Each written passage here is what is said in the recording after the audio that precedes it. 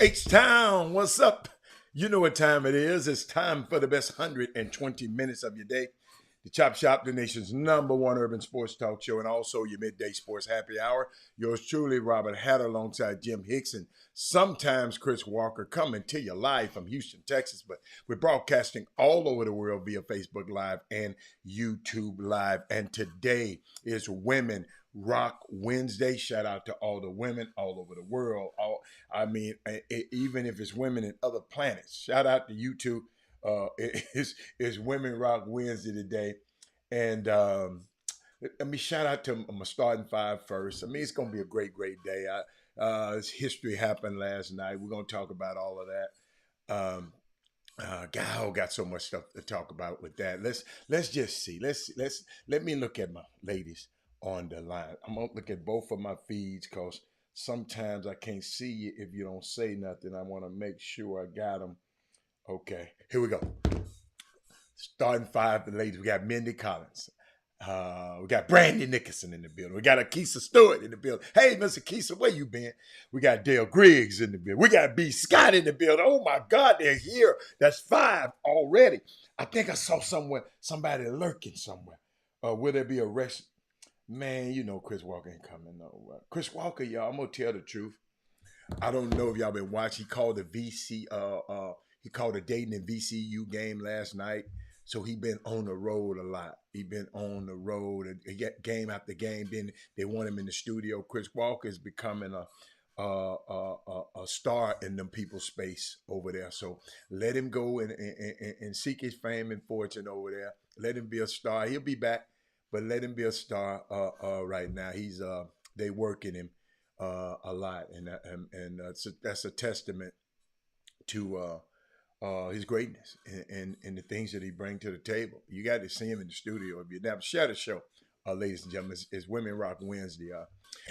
This is a guy that had a vision. He had the Chris Walker show. It morphed into the Chop Shop. He invited us on, and then he left and went coach. So somebody had to take the mantle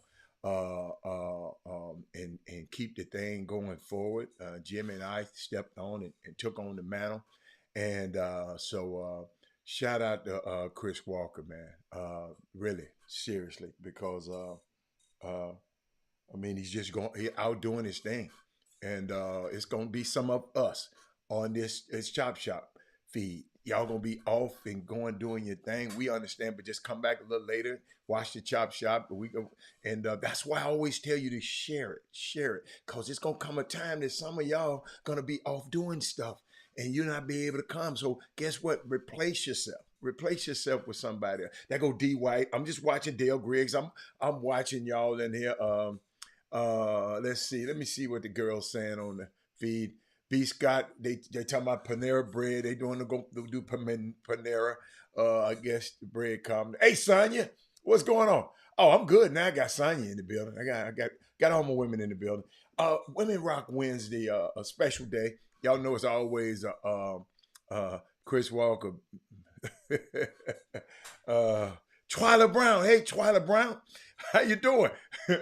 uh, Unique day, man. LeBron James, ladies and gentlemen, stands alone right now at the top of his game. Top.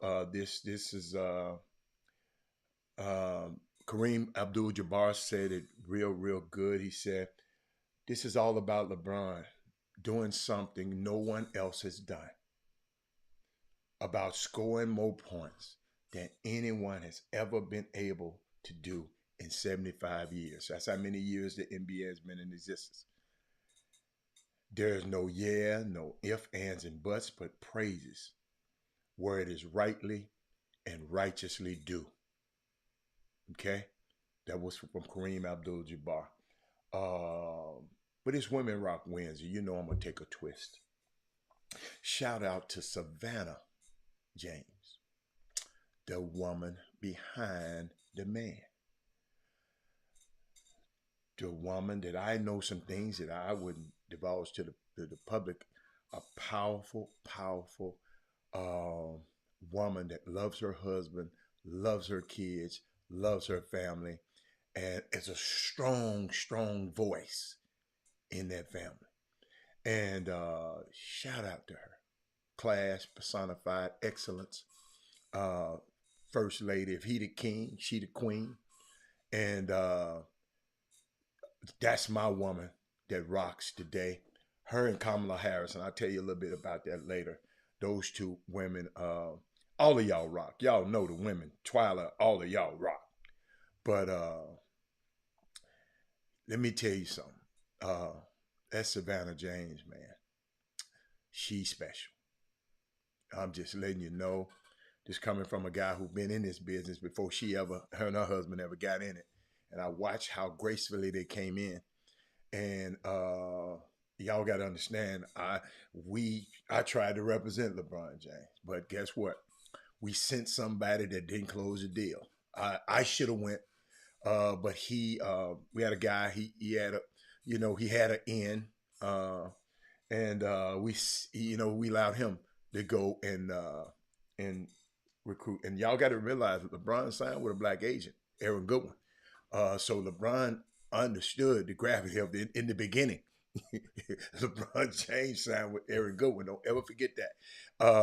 But I would like to. I just you know how you are. You know how you am. I'd like to think that Landon, if I had went, I'd have closed the deal because I told you they named a show after me called The Closer. You know that lady, the closer. They named the show after me. So I regret it, but when you're in a company and when you're on a team, certain people have certain roles and some people have, sometimes I had to sit back and just see, but I when I think back, I should have been there. Twyla, I think I should have.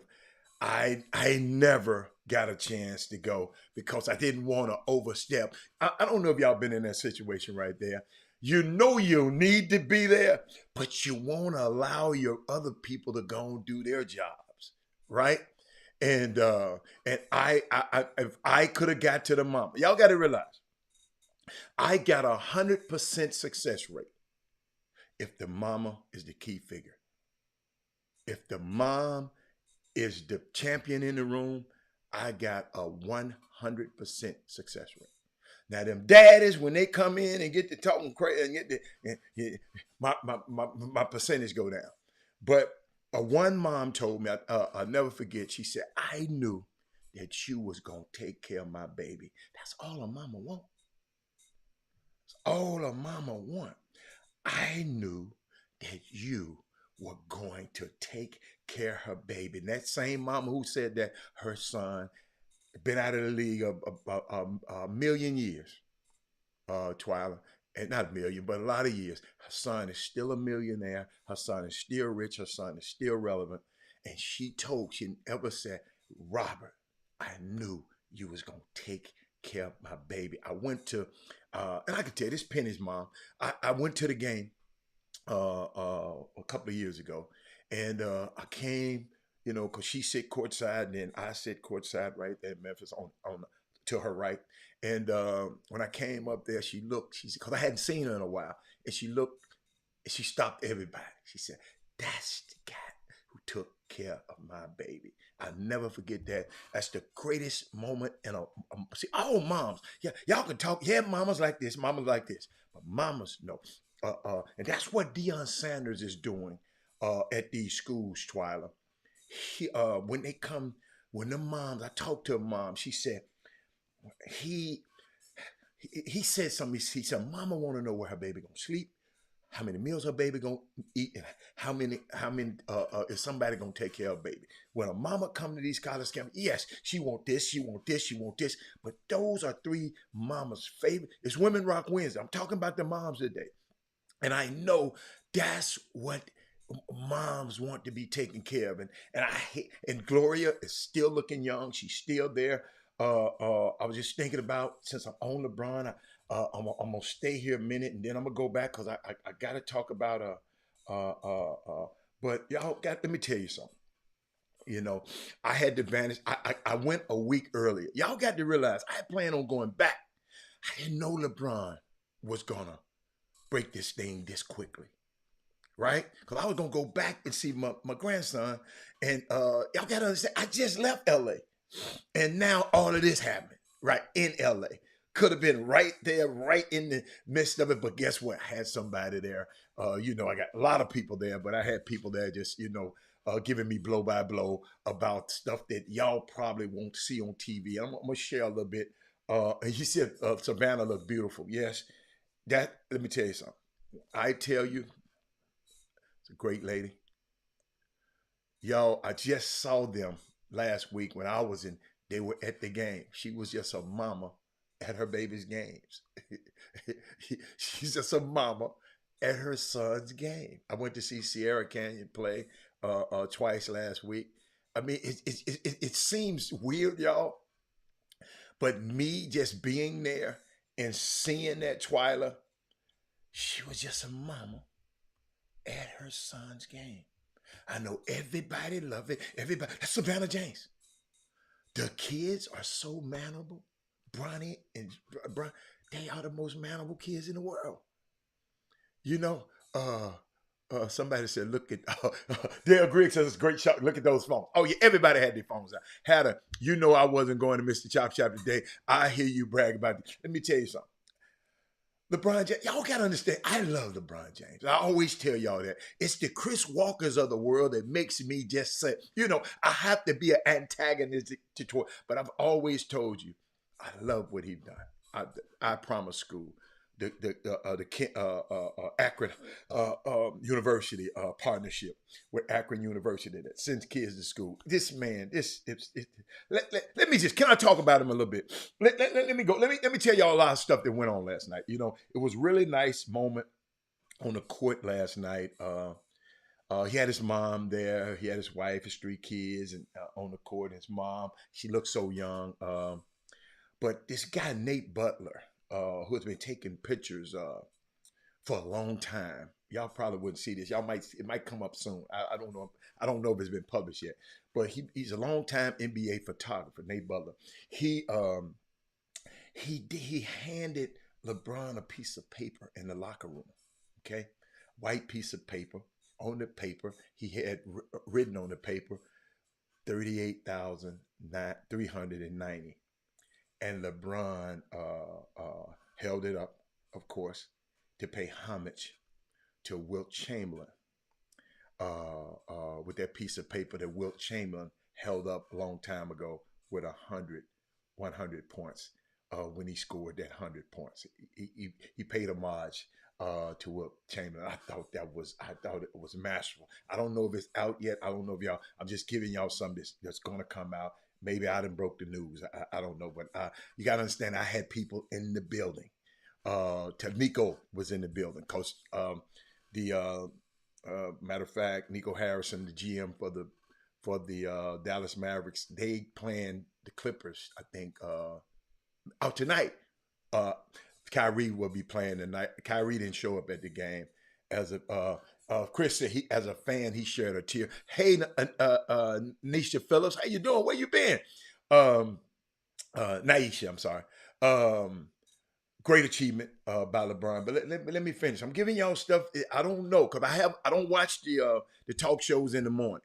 Okay, before I come on the show because I don't want them to skew what I'm talking about. So I wait. I tape them because them some pros. I want to watch them, but I just Dee Bright said last night was a night to remember. She said I was screaming like it was my best friend. Hey, let me tell you something. I sit there and just watched it quietly. I was just sitting there watching the moment because I was saying if I'd have been in LA, I'd have been in there. That's how I was thinking. I've seen it already. He wearing a black suit, black silk shirt. Um, so let me see what some of y'all, I saw some tweets, man, and I want to address this just a little bit, right? And I'm gonna get back. But I saw some people, they kind of they were shocked about them stopping the game. Some people, we're stopping the game. They act like they were shocked. But this was literally the only reason they're watching this random Tuesday night game between the 12th and the 13th seed. You know I got on them when they called me with that, Mindy. Robert, why did you stop the game? I said, wait a minute.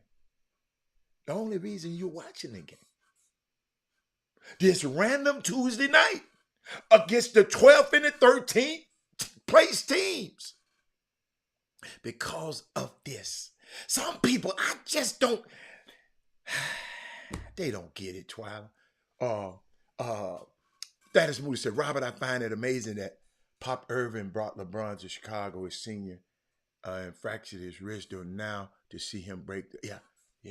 Oh man, I'm thinking about every y'all can post y'all favorite LeBron moments. I'll take a look up. She said my brother loved LeBron James. You couldn't tell him that he wasn't his son. I always call him my nephew. Okay, I like that. See, y'all can paste. What are your favorite LeBron stories? Those are the same guys that wear the Nike Air Flights and call them. Boy, you stupid. But no. But think about, speaking of shoes, Landon, what is the street value of them shoes he had on last night?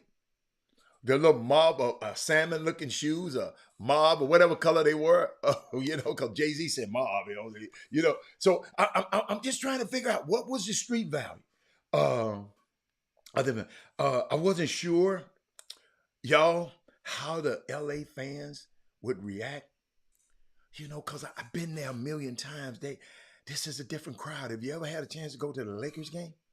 It's just different. They cool. They cool. They dim the lights. Y'all, the lights be dimmed while the game going on. And the light is on the floor, but in the stands, the lights be dimmed. Like you're in a movie. I'm serious. It's Hollywood. But I wasn't sure how the LA fans would react, but they said the building was electric. From the opening tip to the end of the third quarter, even though Westbrook tried to explode, it seemed like he was determined to stretch this thing out to the fourth quarter. Did y'all see that?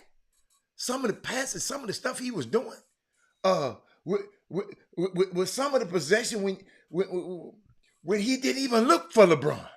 Did y'all see that? Go back and tell. I hope you taped it and go back. Look here. Who am I to say though? But he threw a pass. LeBron had a breakaway. He about 15 feet open, wide open, and rushed through the thing 25 feet. What was? You follow me? What the hell is wrong? And then him and Darvin Ham get into it in the locker room at halftime. They arguing. I'm gonna leave that alone. Listen to me, y'all. Let me give y'all. Let me paint a picture for y'all. Another picture for you, because I had people in the bill, right? That man said it was plenty drinks flowing. Um, so let me help you. Let me help y'all something. The crowd was standing, y'all, for a long time. Uh, Even on Celebrity Row. You got to understand, there was so many celebrities in the row. Everybody could be on the front row. So the second row was Celebrity Row. The third row was Celebrity Row. The fourth row, fifth row, fifth, it was celebrity. So many celebrities in there tonight, right? Give y'all some. The entire Darryl Barnes, since you saw that, I'm gonna see that you see this, Darryl Barnes. See that you see this, because you see everything. I'm gonna see you had to be in the building to see what I'm finna tell you now, Darryl Barnes, since you see everything. Yeah, Russell is another top. Yeah. But I just thought I just thought it was weird, Seneca. I mean, Naisha. Come on, man. So the entire building was standing, right? Both benches standing for the whole second half, right? LeBron sprinkled in. He had a couple of threes. You know, I was nervous because I know he was pressing. Uh, Had flew all his guys in from out of town, talking about he better be glad he did it tonight because he had to pay for the LeBron tighter than the nuts on a Golden Gate Bridge, y'all. He cheap as hell, cheap as hell. He was talking about see, when somebody brings something up like that, y'all better believe him. What somebody always tell you, when somebody show you who they are, you better believe them. He talked about in this interview that, man, I had to, because everybody got a red-eye flight out tomorrow night. I had to get this. I didn't want to pay for another hotel room. That's just, I wouldn't have said that. He thinking about the hotel rooms he had to pay for, y'all. I'm telling you. This the guy who wouldn't turn his phone on. Remember we used to have the Rome? He wouldn't turn his phone on. He said, I ain't paying for them Roman charge. But it's funny. But let me see. Here's some three. Y'all, but it was very fitting, y'all. Let me explain something. All you Laker fans, let me talk to you. The Chris, I wish Kelton Solo was on here. Let me let me give me a drink. Hold on. Let me give me a little quick drink. Hold on. Let me go here. All you Lakers fan, right? It was a very fitting game for the Lakers season. Okay? Because LeBron was incandescent and the Lakers around him were awful. Awful. No, Mark. No. Mark. He wasn't being frugal. Cheap. He got Ferraris, Mark Edwards. Let me go back here. Let me tell Mark. You got a house full of Ferraris. And you worry about a freaking fucking Roman charge. Excuse me, a Roman charge. Mark Edwards, I know what I'm talking about. Tighter than the nuts on a Golden Gate Bridge. I know what I'm talking about. And hold up. I know some tight people too, Kimberly, that ain't got no money. I know some tight people that ain't got no money. I didn't. Listen. Tight people don't buy Ferraris, Kimberly and Mark. They don't buy Ferraris. Have several mansions around LA. Not tight people. What's up, Kelt? Not tight people. I know what y'all saying in theory, but I'm talking about him. I know some things he spent his money on, but he would worry about a Roman charge, but you ain't worried about. Let me get out of this because y'all never understand. Y'all never understand. Okay, but I was thinking about the Lakers. LeBron, like I said, was incandescent, brilliant, and the Lakers around him were awful. That's this season, Kelton.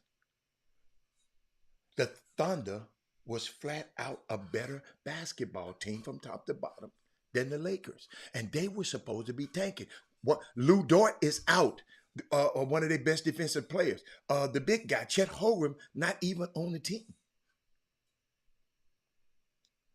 These guys are next to each other in the standings. But it didn't look like it last night. Share the show because I got something else for you. Oh, I got something for you. Y'all ain't gonna get this. Hold up. Hold up. Hold up, Kim. Kim. There was let me explain. Let me explain to you the atmosphere. There was an incredible amount of celebrities there, more than most. Everybody was telling me, Robert, Doc, we done been to all of these games. It ain't nothing like what's happening in there last night, man. Everybody's shuffling for position. I'm gonna show you how cold it was. Hold up. What Darryl Barnes at? He said, true, at rookie, my homeboy brought some CDs from LeBron. He gave him 100 and asked for the check. Dude, I'm telling you. Dude, tight in the nuts on the Golden Bay Bridge. I'm telling you. But he got Ferraris.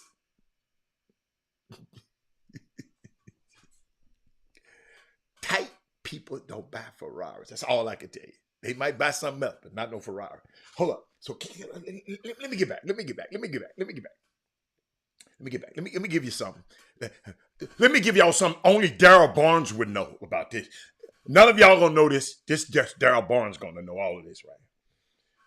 Adam Silver. I was telling you about all the celebrities, right? Adam Silver was sitting on the 8th row, right? In the aisles. Okay? The first row. He always sit in the first, now 8th row, right in the middle, on the aisle, the last seat. Okay? Which is the traditional place for the commissioner to sit when he visited an arena. Okay? Okay. I don't care if you and Darvin Ham went to This Is It together. Let me finish my story, Darryl Barnes. Y'all, look, y'all. Let's let him be part of the show. Hold on. Let's let him be part of the broadcast. Let me put this so everybody can see. So y'all on Facebook won't know I'm just talking to him. Every time I say something, he got something. This our producer right here. Okay. All right. Adam Silver was sitting on the 8th row aisle seat where he sit all the time. But I know Darryl Barnes know that. I think that's where the commissioner usually sits. David Stern used to sit there all the time. But Darryl Barnes already know that. Okay. Everybody, if you didn't know it, I'm just trying to help you. Everybody except Darryl Barnes. In the first quarter, without any security, Adam Silver came running down the aisle behind press row, right behind Jay-Z, Denzel Washington, passed up Usher, passed up Floyd Mayweather. He was wearing about $500,000 worth of jewelry, maybe $1 million, outclassing Usher. Usher had about $250,000 worth of jewelry. But Darryl Barnes know all of this. He was there close. Him and what's his name? Darvin Ham. They went to school together. Okay. hey, no, I'm not messing with him.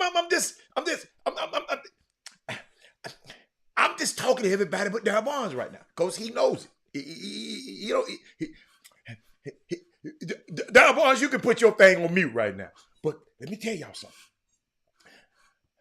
Adam Silver passed all of them, the commissioner, to go see somebody. Passed all by them. Who do you think was sitting courtside at Adam Silver? Made a priority. Didn't wait for security. He left his security team. Just went by himself. Who do you think he went to talk to? I want somebody to guess this one. Darryl Barnes already know. Darryl Barnes tell somebody. Come on, Klein Forrest. Darryl Barnes. Nope. I'm going to give you a hint. He's a billionaire too. He's a billionaire. I'm going to give you a hint. So you can get out of that. He's a billionaire, whoever. He didn't come down there to talk to no millionaire. Nope. MJ wasn't at that damn game. told you who was gonna know. Hold up. I did not tell y'all I'm talking to everybody except Daryl Barnes. Didn't I say that? No, didn't I? Elton, you're not listening. Elton, you're not listening. I say he passed by Jay-Z. He passed by Denzel. He passed by Usher. He passed by, and Daryl Barnes didn't get it until I say he was a millionaire, a billionaire. Ain't that many of them in the building? Okay, I had to help it because it was gonna be hard. It was Phil Knight. Out of all of them people, Phil Knight, ladies and gentlemen, in case you didn't know, because Daryl Barnes, the only one probably know this, is the co-founder of Nike. Okay?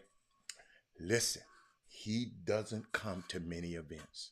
He's older, not as coherent as he used to be. He don't like people knowing that. I read his book, Shoe Dog. I read about 4 or 5 books of him, and some is he authorized, but I think the ones he did authorize were greater than the ones he authorized, the books. But that's who Phil Knight is. Hold on, let me tell you. He's co-founder. He doesn't come to many events, y'all, especially outside of Oregon. But he was there. And LeBron gave him a special shout out. It's unique, man, because that guy, he don't go nowhere. But he know I had to be here. Lynn Merritt was there. Google him. One of the most powerful men up under Phil Knight, black men up under. He's the one helped guide LeBron's career. I think he might have left. I think he worked with LeBron now.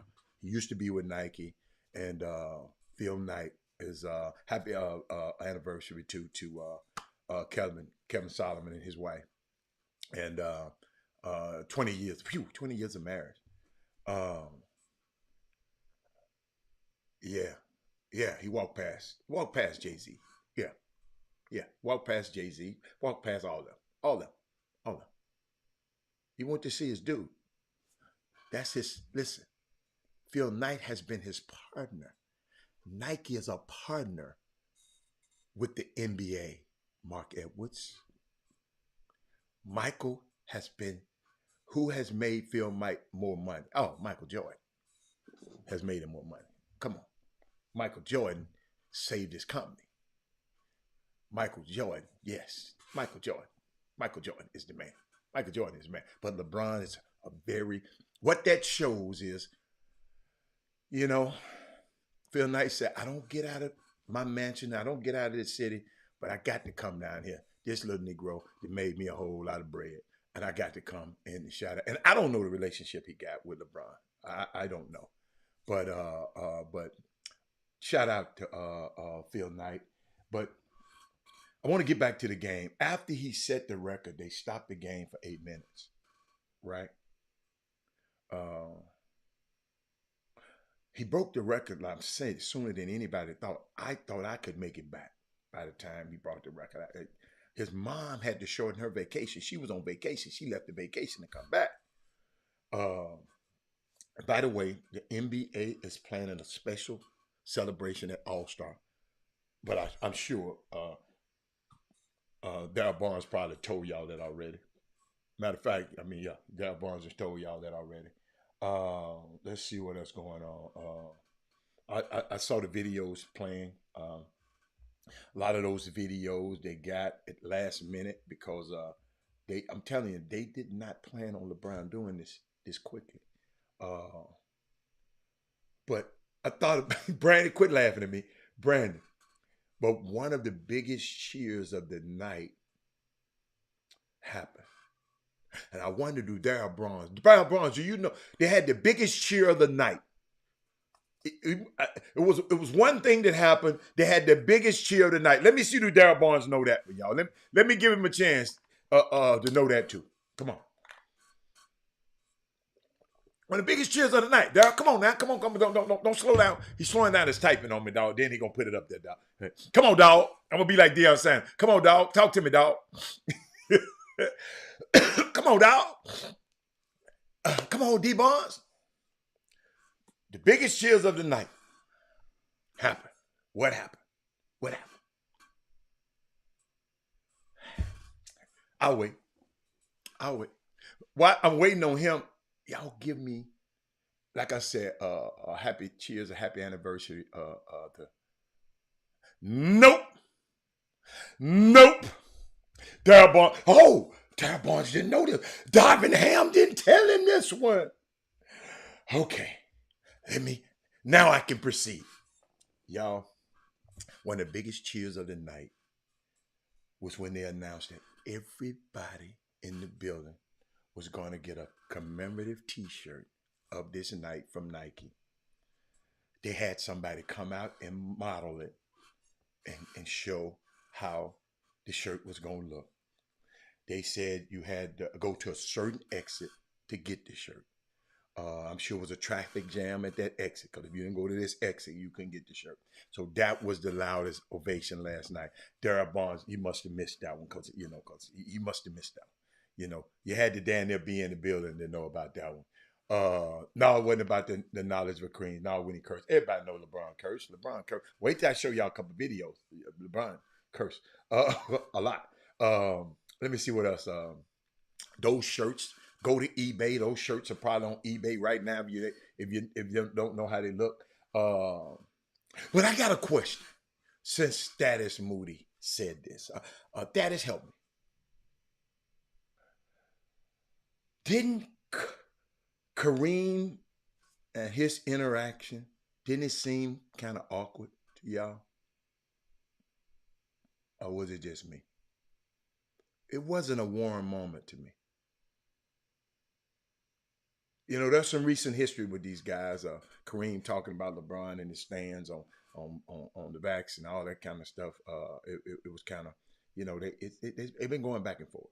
Go Google it. Go Google it and you find out. Did y'all see it? Oh, see, Status Moody. I know you watch stuff like that. That's why I brought it up. Did y'all see that? But credit Kareem for showing up, because I know him and LeBron still got differences. Yes, they do.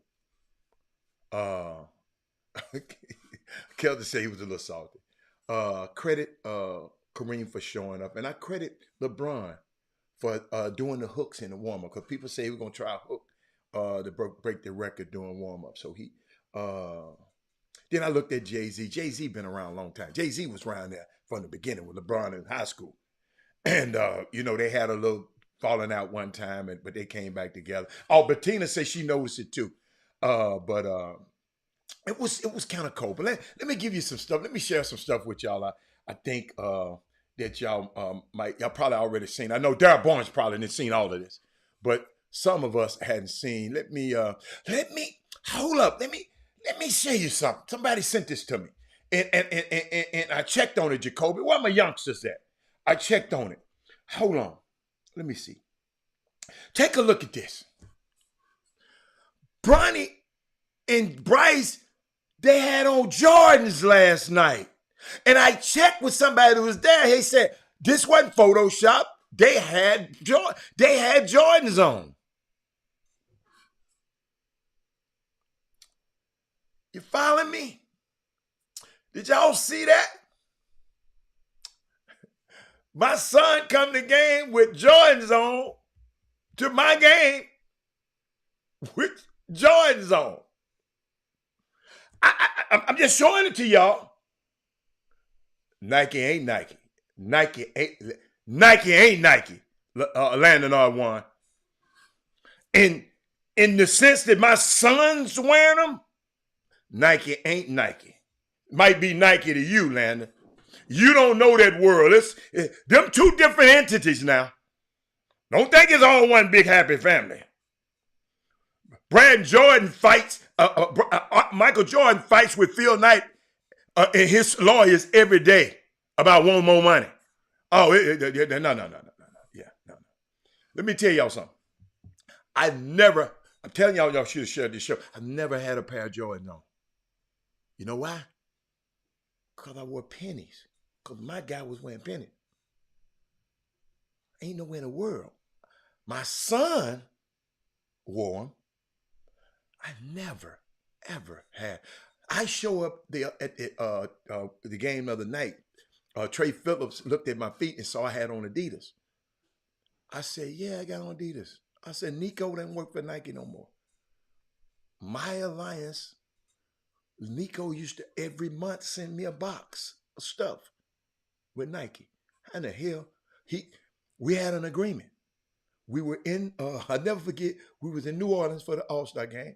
I'm with all the Nike people, and I got my Adidas shell toe all whites. Because why? They go with everything that look nice. With all the linen outfits I used to wear. You know, it was a few years ago. And he stepped on my shoes and got them muddy. I said, what? He said, dude, don't wear them around me no more. I said, dude, they send these to me for free. They send these to me. He said, no, I'm going to send you a box. So ever since then, he been sending me a box. He don't work for them no more. So guess what? My partner gone, I'm gone. You know what I'm saying?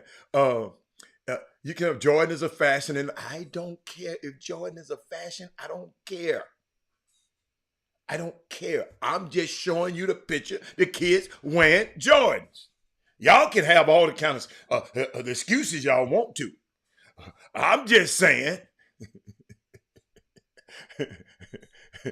Hey, I'm just saying. A million eyes gonna watch them boys' feet. Them boys' feet. I'm sorry, feet. Oh no. Brands mean something. What? Hold on. Y'all watch this. Watch Kim. Let me show you Kim contradicting herself right now. Y'all men get on my nerve with these brands. Just put on some New Balance. Then you mention a brand. You could have said put on any shoe. You said you mentioned a brand. You mentioned, think about it, Kim. You mentioned a brand. But let me go, man. Let me go. Hold on. Did I have anything else I want to show y'all? Hold up. Let me give y'all some more. Kim, you got to watch me, Kim. Hold on. Let's see. Did I play that already? Let's see. Let me see. Oh, I'll play that later. That's later. Okay. Let's see. That was Bron, Phil Knight. You see Gloria right there. Always with a baby. But let me show y'all a couple of videos and what Rod Wells so he can remind me to turn that thing off. Let me show you some stuff that happened between Brian and Bryce at the game. Right. Good for James. He's got it. Coming to the end of the third quarter. LeBron James, a shot at history. LeBron stands alone.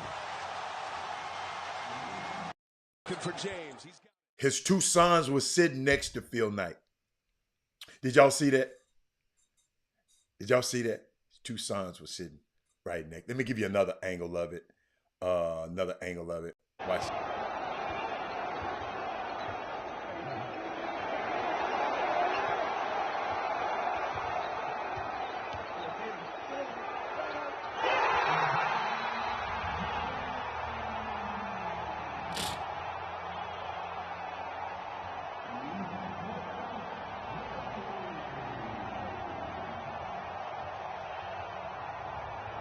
That had to be a hell of a moment for them boys, man. I got to turn the volume down on this, y'all, but LeBron, they playing this song, but I got to show you. It's a song by Future talking about I'm that N-word, but I got to hit this button real quick.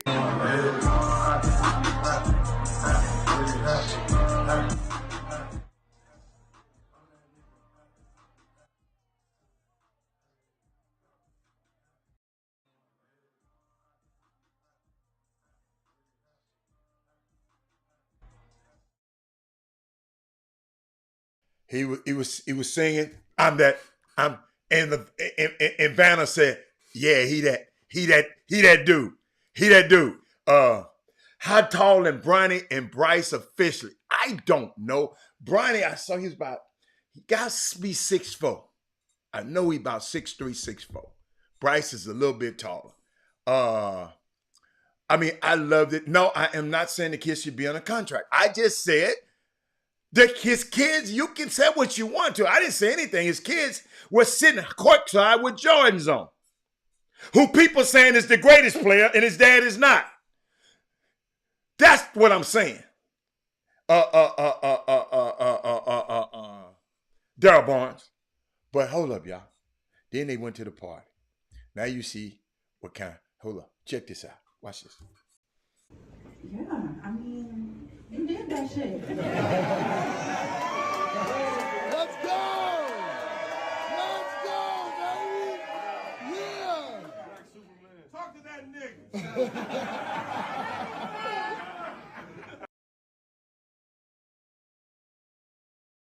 I apologize for that, y'all. It's gonna let me explain to you. If you insensitive to that word, I don't like the word either.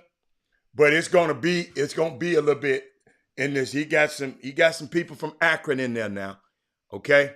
And people ain't just understood that yet. And so I just paused it. So if you wanna I want you to brace yourself. It's gonna be a couple of the N words in here, okay? All right. Stand up, nigga.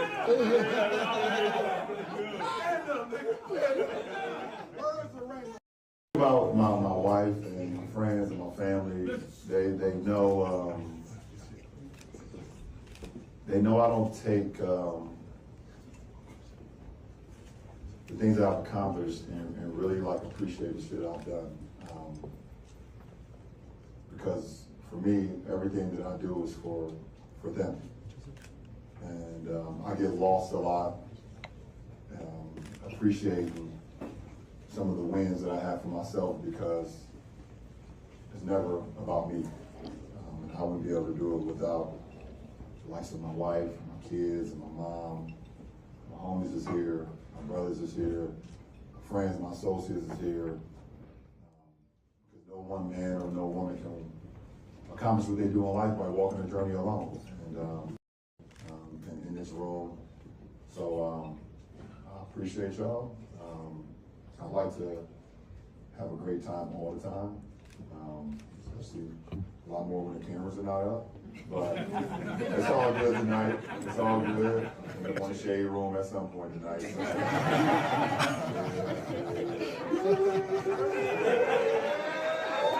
So all love and Emil, get the music going. Let's get some more drinks going. Oh, hold on, I'm sorry. I'm back to my wife, but yeah. Love y'all. Fuck y'all. And where my gifts at? Everybody just put your drink up one time for King James. Yeah! Oh! That man said, where them gifts at, man? That man said, where them gifts at? Y'all, listen, he was serious. Didn't that bring chills? I had to show y'all. I know it was some cursing in there, but I had to show y'all. That moment, y'all talking about, that kind of had me tearing up, man. I mean, that's what I share the show, y'all. That moment had me, man, that's why I said Savannah James, she my woman rock. That woman, I know the things that an NBA wife have to go through. You know, I've been in situations where I've seen so much stuff over 30 years of being in it. That lady, and she called her man King James. Because evidently, see, men, if you're treating your woman like a king, it's easy for her. Like a queen, it's easy for her to call you queen. I mean, a king. It's easy. It's easy. That girl, man, think about this, man. Just think about it. Yeah, y'all been around NBA players. Y'all been around basketball and football players. It's 20 years of being in a fishbowl where you couldn't have no hiccups, no DUIs, No girls talking. We ain't crazy enough to think that some girl ain't snuck in there and did something.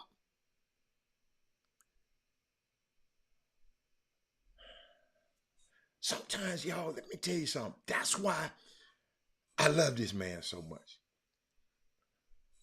I always get on Chris Walker because you know what's so funny? When he and I on the phone by ourselves, we just talking. I tell him how great LeBron is. Then he said, I can't wait to tell the people on the Chop Shop. You be on there. I be going against what he says about it. This dude, man, this dude is powerful, man. That's why I'm spending this much time. You know, shout out to our partners. You got Solomon and Brian wine. We got a new wine out that you can order. I know B. Scott said she went to the website because they had limited bottles. B. Scott, keep going because they're gonna release some more bottles. It's not gonna be but 60 of the white chocolate strawberries edition of the wine. It's just for Valentine's Day special edition. Ain't gonna be but 60 bottles of this. So make sure you get a bottle of this. It might be sold out right now. It's like Beyonce, you're on a waiting list, so you got to keep going back and try. They got other wines that you can buy. They got the cranberry, they got the Merlot, they got the Cabernet Sauvignon, the Pinot Noir. I mean, but Solomon Bryant wines, man, is just a great couple. They're celebrating their 20th year anniversary this year, and on their 20th year of marriage, they come and introduce some wine and to a great wine into our market, man. Shout out to Miss Bryant. She rocks. She my woman rock. She rocks on Wednesday too. To Solomon, Miss Bryant, you rock too. Cause thank you for allowing your husband to watch this show for years. You not understanding why is this dude watching these two dudes on the show all the time? Why is he watching this for years? Yes, I know. Why is he? And she didn't understand it. But guess what? She understands it now. Because guess what? Her husband got a lot of wisdom and got a lot of vision by watching this show. And went and said, I'm going to do something. I'm going to start me a business. See, that's the importance of this platform. Generational changed. Think about it. Their next generation gonna show up, gonna grow up knowing about wines. This is what this platform. When people say, that's why I tell you to share the show. And y'all, but Robert, I don't know your reasons. I don't know. But somebody else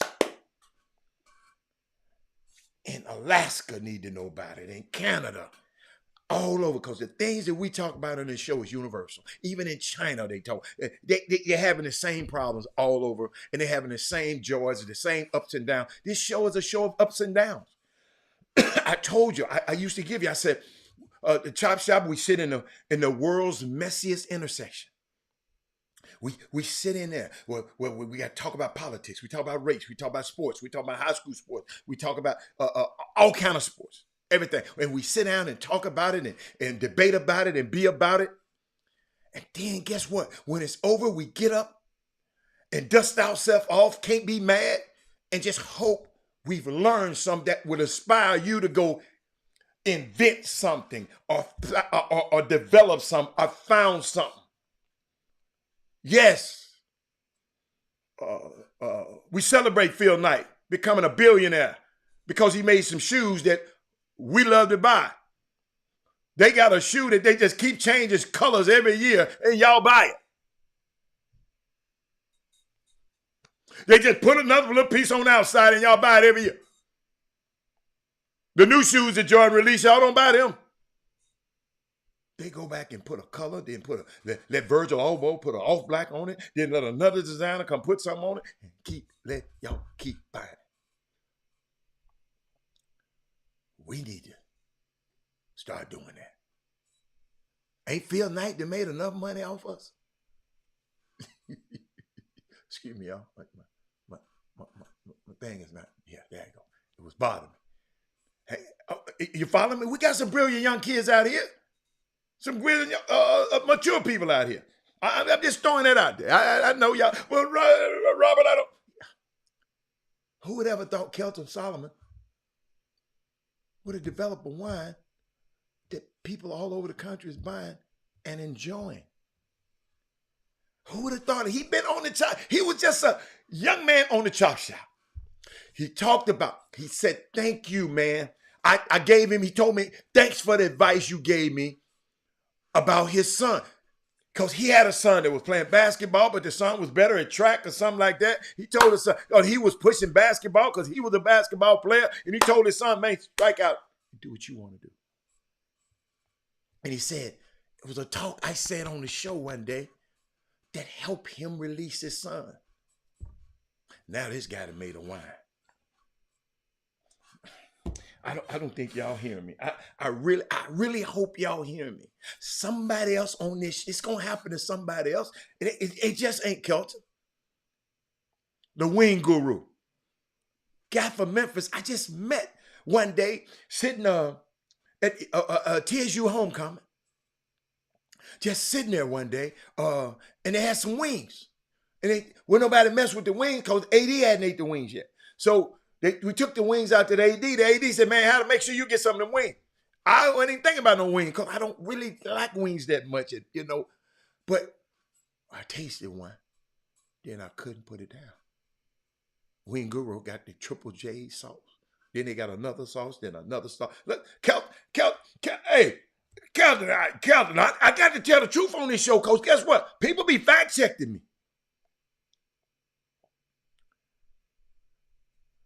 Think about it. I'm just sitting out there minding my business. Then I said, where y'all get these wings from? Then I got to meet the guy from Memphis. I can't make this up. So this Sunday, if you buy wings, make sure you get them from the Wing Guru. Because they predicted 1 billion wings would be sold. Can we sell Wing Guru out first before we go everywhere? Let's sell them out first. And they got more than wings. They got okra, they got everything in it. But their wings are great. Y'all follow me? Nisha supporting 4 Black-owned businesses this month. Be safe. That's my niece. My family, we practice this stuff, man. We practice this stuff. Yes. I mean,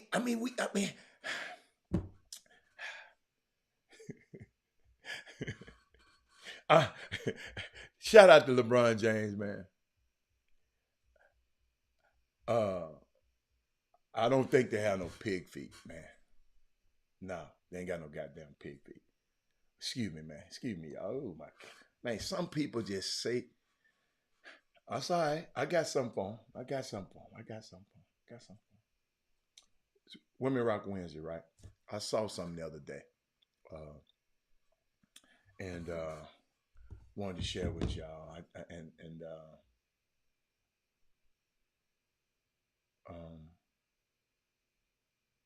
I saw it. See, that's how we think of each other. Them comments like that.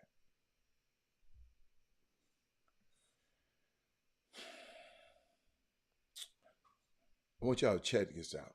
Kamala Harris, one of the most powerful women on this planet, one of the most powerful people on this planet. If you're familiar with the State of the Union, the vice president sit on one side and the speaker of the House sit on one side and the president sit in the middle. It's what I'm trying to tell you about this mainstream media that y'all will love to watch and won't share this show, but you talk about this, what they think about this lady from Howard University, one of the powerful women on earth. They put people on TV to say this. Y'all got to hear this. This woman on a national television. Y'all always talk about, well, Robert, it's on CNN. Robert, it's got to be true. Listen to this. I think that we could very possibly see women's rights in the State of the Union tonight. An interesting dynamic, though. It'll be the first time since President Biden has been delivering the State of the Union as president that there will not be a woman seated behind him. Nancy Pelosi will no longer be in that coveted chair. That will now be filled by Speaker Kevin McCarthy. A very different picture when we see President Biden on the dais tonight. All right. I think that we could very possibly.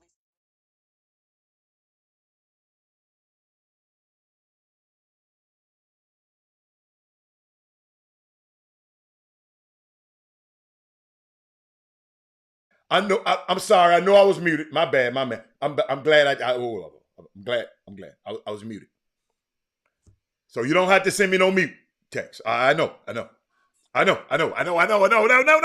Oh, here come all the mute texts. Oh, I got you.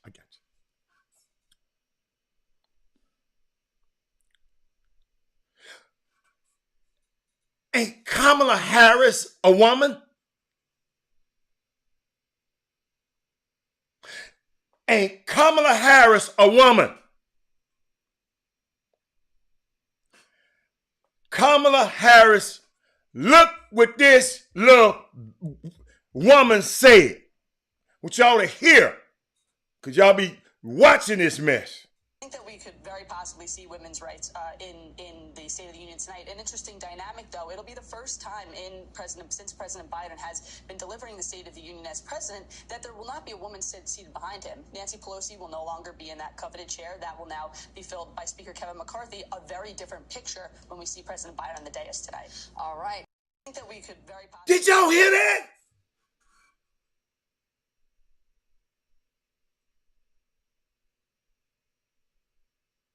Did y'all hear that? No, that ain't ignorant. That's intentional.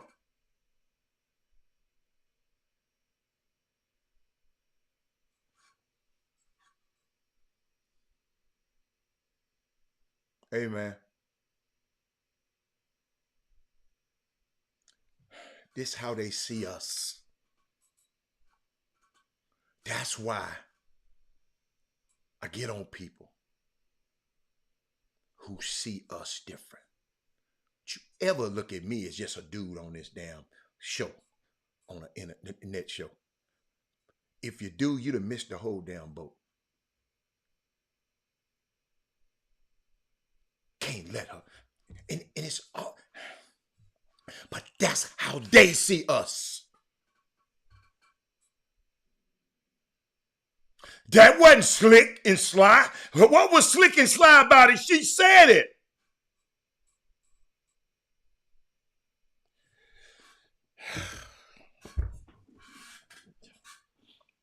We always have one in the group.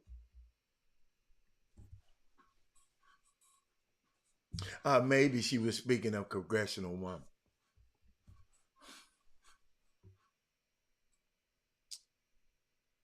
Well, she should have said that. Daryl Barnes. See, guys like you will let her off the hook. Y'all love to let white folks off the hook. She meant to say what she said. I can't stand these sympathizers. These Negro sympathizers. Well, Robert, he didn't really mean to hang him.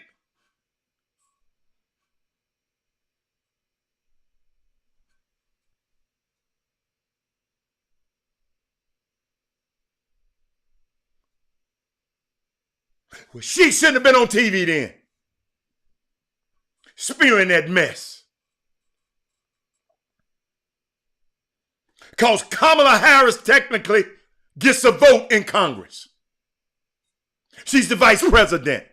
Daryl Barnes.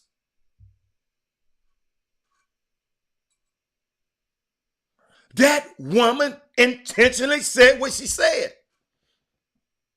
And we got to quit sympathizing with, well, maybe she didn't mean it. That I know what she meant.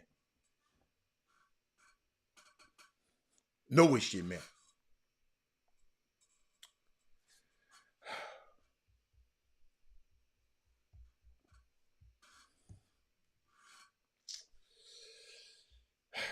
Boy, it's a clown born every day. It's a clown born every day. Shout out to Magic Johnson, Black History Month, the ABIS, Irvin Magic Johnson rose to prominence. It's Black History fact. As a pivotal figure in sports history, whose collegiate and professional career helped to take the profile of professional basketball to new heights.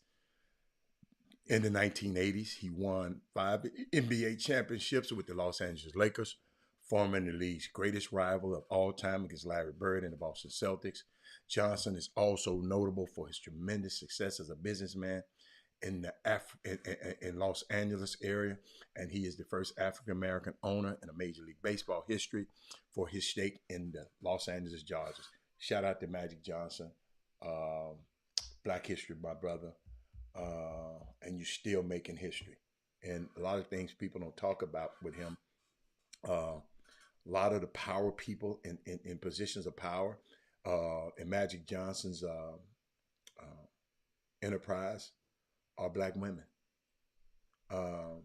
He go get them from Howard. He go get them from Spelman. He go get the best of the brightest black women in the country to work for him. And they're very, very sharp. They're very, very bright.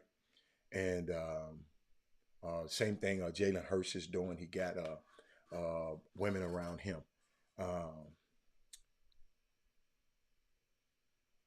I didn't see what you said, Sonya. You good. You good. But we got to be smarter, man. Otha, you right. The media can be extremely strategic and definite when it comes to taking shots, especially with, thank you. Let me put that so people can understand. And people know what that lady know what she was doing. She was put on there to say those words. And Daryl Barnes talking about, well, just maybe she didn't mean it that way. She was talking about in congressional. Come on, man. Oh, Magic Johnson is on the talk. Oh, okay. All right. Shout out to Magic Johnson. But saw Kyrie was at basketball practice yesterday. They practiced at USC yesterday. Kyrie Irving is about to embark on his with a new team. He didn't come to the game last night. He didn't come to the game last night. But LeBron did something yesterday, y'all. He did something yesterday, and I want to share with y'all because I've talked about this on the show before. Somebody sent me something while I was talking on the phone. But I ain't got time to kind of look at it right now. Michael Irvin been pulled from, somebody said Mike from Super Bowl coverage for some reason. He had incident he had with a woman in Arizona Sunday night. I don't know how true this is. Somebody just texted this to me. I don't know how true this is. I wish I hadn't read it out loud. But because I want to talk about something serious. I ain't got the time to talk about nobody, man, about Michael Irvin right now, man. I'm just telling you. Hold up. Hey, man. Hey, y'all funny. Somebody just sent me, and they know who they are, too. I'm trying to find it. I thought I pinned it last night. Hold up. And here it is. All right. I don't know if it's true or not. I don't know if it's true. I don't know if it's true. Did y'all notice AD didn't stand off the bench in the ceremony? Probably did. Man, let me tell you something, man. Let me tell you something. No, I didn't talk about him sitting down. Maybe he was tired. Maybe he needed to sit down. I don't know. I'm going to tell y'all, didn't nobody mention that to me because that wasn't important. They were just mentioning the important stuff to me. Evidently, we already know. AD didn't play with. Let's not talk about him. Okay. LeBron said something last night in one of his speeches. He mentioned the man in the arena. And the reason I can talk about this, it was one show back I had to mention this before. It was a long time ago. A lot of y'all wasn't even on the show. Kevin Freeman might remember this. The man in the ring, because everybody always got something to say about what LeBron on the floor doing. Everybody got something to say about everybody. Everybody got something to say. Everybody on this feed got something to say. Everybody got something. We got a dude on here just trolling, asking me all kind of stupid shit on this thing. I mean, everybody like that. Bring a brick. I keep telling y'all, if you bring a brick to this, some people just coming to the chop shop to look and be messy as hell. Ain't bringing no brick. Ain't gave a great comment. Ain't said let's do this. Ain't did nothing. But we're gonna weed y'all's ass out in a little bit. So we're gonna have enough people to just weed you out. But LeBron James was talking about the man in the arena speech that President Roosevelt gave, and the people on the side who don't do nothing, the critics, ain't brought a brick, ain't helped to build nothing.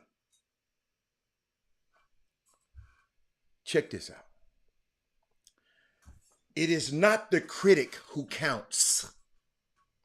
It's the man who points out how, excuse me, I'm sorry. It's not the critic who counts. Not the man who points out how a strong man stumbled.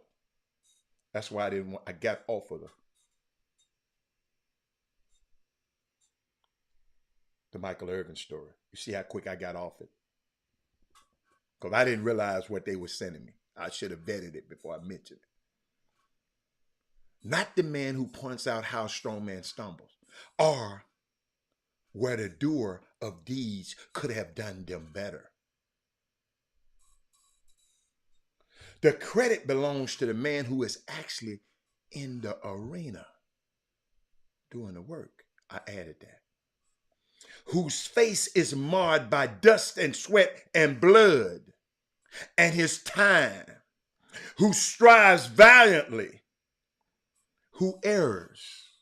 Who comes short again and again, because there is no effort without error and shortcoming. But who does actually strive to do the deeds. Some people ain't doing nothing but running their damn mouth. Who knows great enthusiasms, the great devotions, who spends himself in a worthy cause, who at the best knows in the end the triumph of high achievement, and who at the worst, if he fails, at least he fails while daring greatly, so that his place shall never be with those cold and timid souls who never know victory or defeat. The man in the arena. Everybody got to talk about the man in the arena. Josephine, yeah, we talked about Tennessee State winning a Grammy. We talked about that on Monday. The man in the arena, the man who's doing something. We always got people with comments. You're on Twitter commenting on stuff. Yeah, you ain't shot a basketball, ain't ran a lap.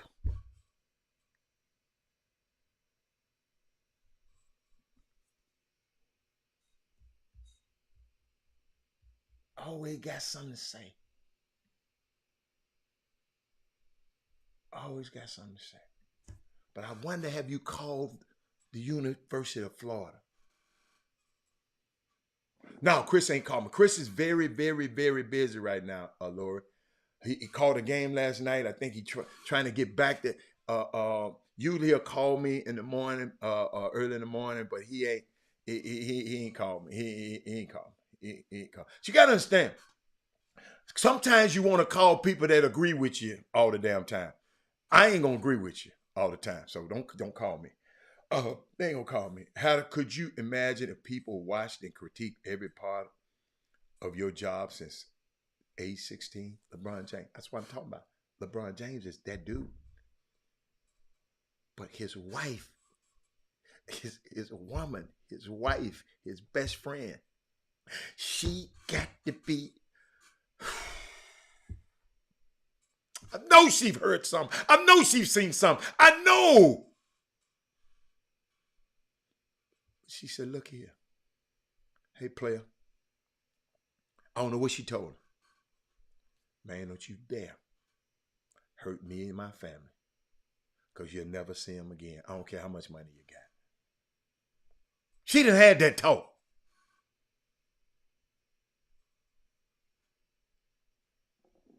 Yes, we can talk about that. We'll talk about that in a minute. I'm glad you said that. I'm glad you, Minnie, I'm glad you said it. We're going to talk about that in just a second. But y'all, this is why it's so important. Listen, if we're doing something wrong, let's point it out. I ain't telling you to turn a blind eye if somebody's doing something wrong.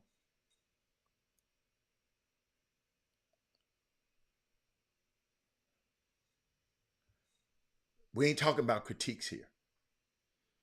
We talking about the people who ain't never done nothing. Landon. You ain't never been in the NBA. You ain't never been in you ain't never did nothing. You ain't never been in the arena. Always got something to say. I don't call them critiques. I call them the people just running their damn mouth. You might call them critiques. The hell you gonna critique LeBron James about his game? You ain't never been 16-year-old on the cover. Let me leave that, y'all. Women Rock wins if this is all I'm going to say. Savannah James, of course. We done talked about her for 30 minutes now. Minnie, he can't stand how I'm talking about the critics. That's what that thing is about. The critics still. The critics are what? Just critics. They're not the person and they're sweating.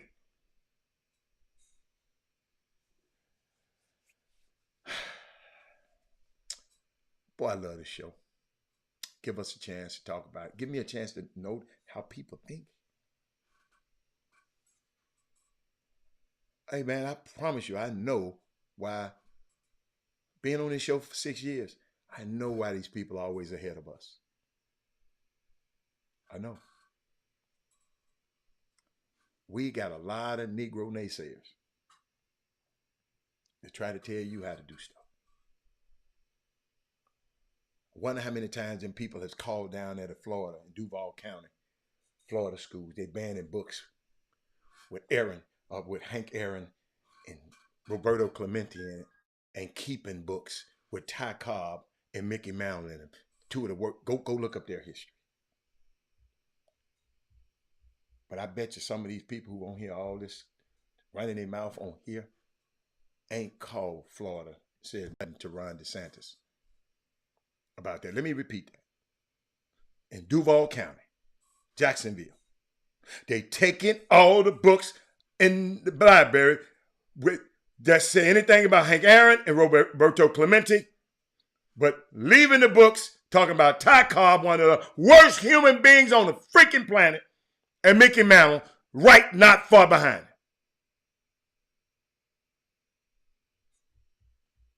But y'all won't share the show. But you'll come on here. Unbelievable. What's up, Jimmy? Go and get you a sip. You and your guest shot hooky yesterday. You know, yeah. You and your guest. They called a practice, and the guests couldn't come in there. They had called up. They had some stuff going on. Boy, let me tell you something. Boy, I already know what you're talking about. Boy, that's a. You know how you always say. You used to say, man, when them coaches get on there talking like that, you say it's always some stuff going on. When a coach got to come on there like that, boy, he dead man walking. No, but what's going on, man? Man, I done talked about LeBron. I done talked about Savannah being my woman rock. I was talking about Kamala Harris being my woman rock. I'm talking about Dawn Staley being my woman that rock. Because Dawn Staley, she claps back at Gino Auriemma, and Gino Auriemma has been on this show before, criticizing the South Carolina's physical play in basketball. When did did coaches start coming out talking about, man, that team too physical for my team? When did this start happening? I don't think it was like that. I think he just There you go. I think There you go. Made a statement about one of his players having saying that the players had bruises on her, and so that means you left Jimmy, TSU women have bruises on them. Exactly. A lot of people have bruises on. Everybody, if you're playing basketball, you're going to have bruises. You can take up for Gino. I ain't finna take up for his ass. Don't play basketball. You better go. Hey, Jimmy, you better go play gymnastics where you might get the bruise on you. Jimmy, you better go play tennis where you might get hit with a tennis ball. Well, you might go play golf. Tell him to go play golf, Gino. You wasn't saying that when you were whipping up on everybody's ass all of them years. He ain't said a word. All the winning streaks, the Maya Moores and all them. He ain't say a word, Jimmy. But now, and you saying, well, maybe he not. Come on, man. Come on. And hold up, in case people don't know, let me help you out. South Carolina women's head basketball coach Don Staley called out UConn coach Gino Auriemma on Tuesday for comments the Huskies coach made about the Gamecock's style of play in their 81-71 win in Connecticut. On Sunday, Auriemma received a technical foul. Let's talk about him going on the floor and throwing a damn water bottle on the floor. He didn't mean it, okay, but he's throwing it going. I got it on video. I'm going to show it to y'all in case, somebody want to know. We need to talk about that too. If she had to do that, she'd have been ran out of the SEC, whatever the conference they're playing. So guess this, in a rivalry game, he said, throwing a water bottle onto the court as he shouted and ran after the official for a decision. He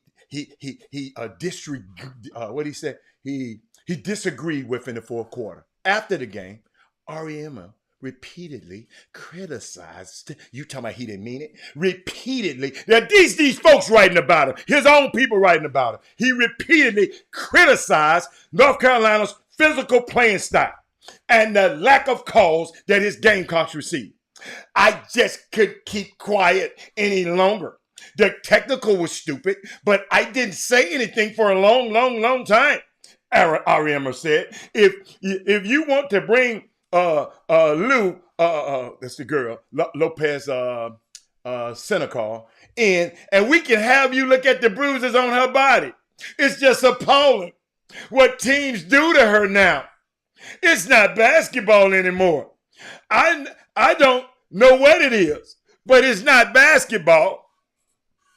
And you said he didn't mean what? Tell me what he didn't mean. Who said somebody didn't mean? You just said he didn't mean it that way. No, I say he didn't say it that way. What he said, you just quoted what he said. And so that was the thing on what he said was about the bruises on his player's body that insinuates that they did something dirty to get the bruises there. So that's the thing. That's the main point of emphasis on the response from Don Staley against Gino. So that was the thing. That was not what he meant. That's left up to he insinuated with that with the way he described that about that one player. So that's the thing. No, but I thought it seemed like you was coming over here defending Gino. Talking about, well, he didn't say it like, he didn't mean it like that. I didn't say he didn't mean it like that. I didn't say what he said. He didn't say it like that. What he said was a quoting, like you just read it off, and that's what you quoted him. The other stuff leads you to believe, and that's what you insinuate. He's implying, but that ain't what he said. You know what I'm saying? But the quoting what you imply. This is what I said. Don Staley claps back at Gino Auriemma's criticism of South Carolina's physical style of play. That's what I said. And you saying, well, he didn't really. Yes, he did. I just read what he said.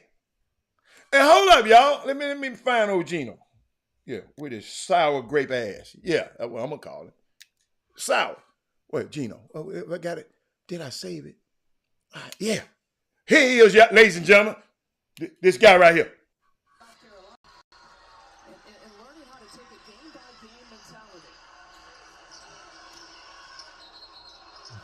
He's at the top of the screen up there. Look how he went after that referee. Look how he went out after that referee. Threw a water bottle.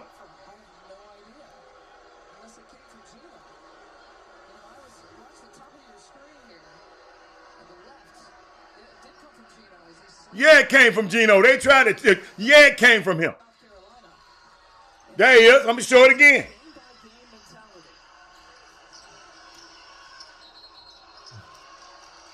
Then the referee backed up off him.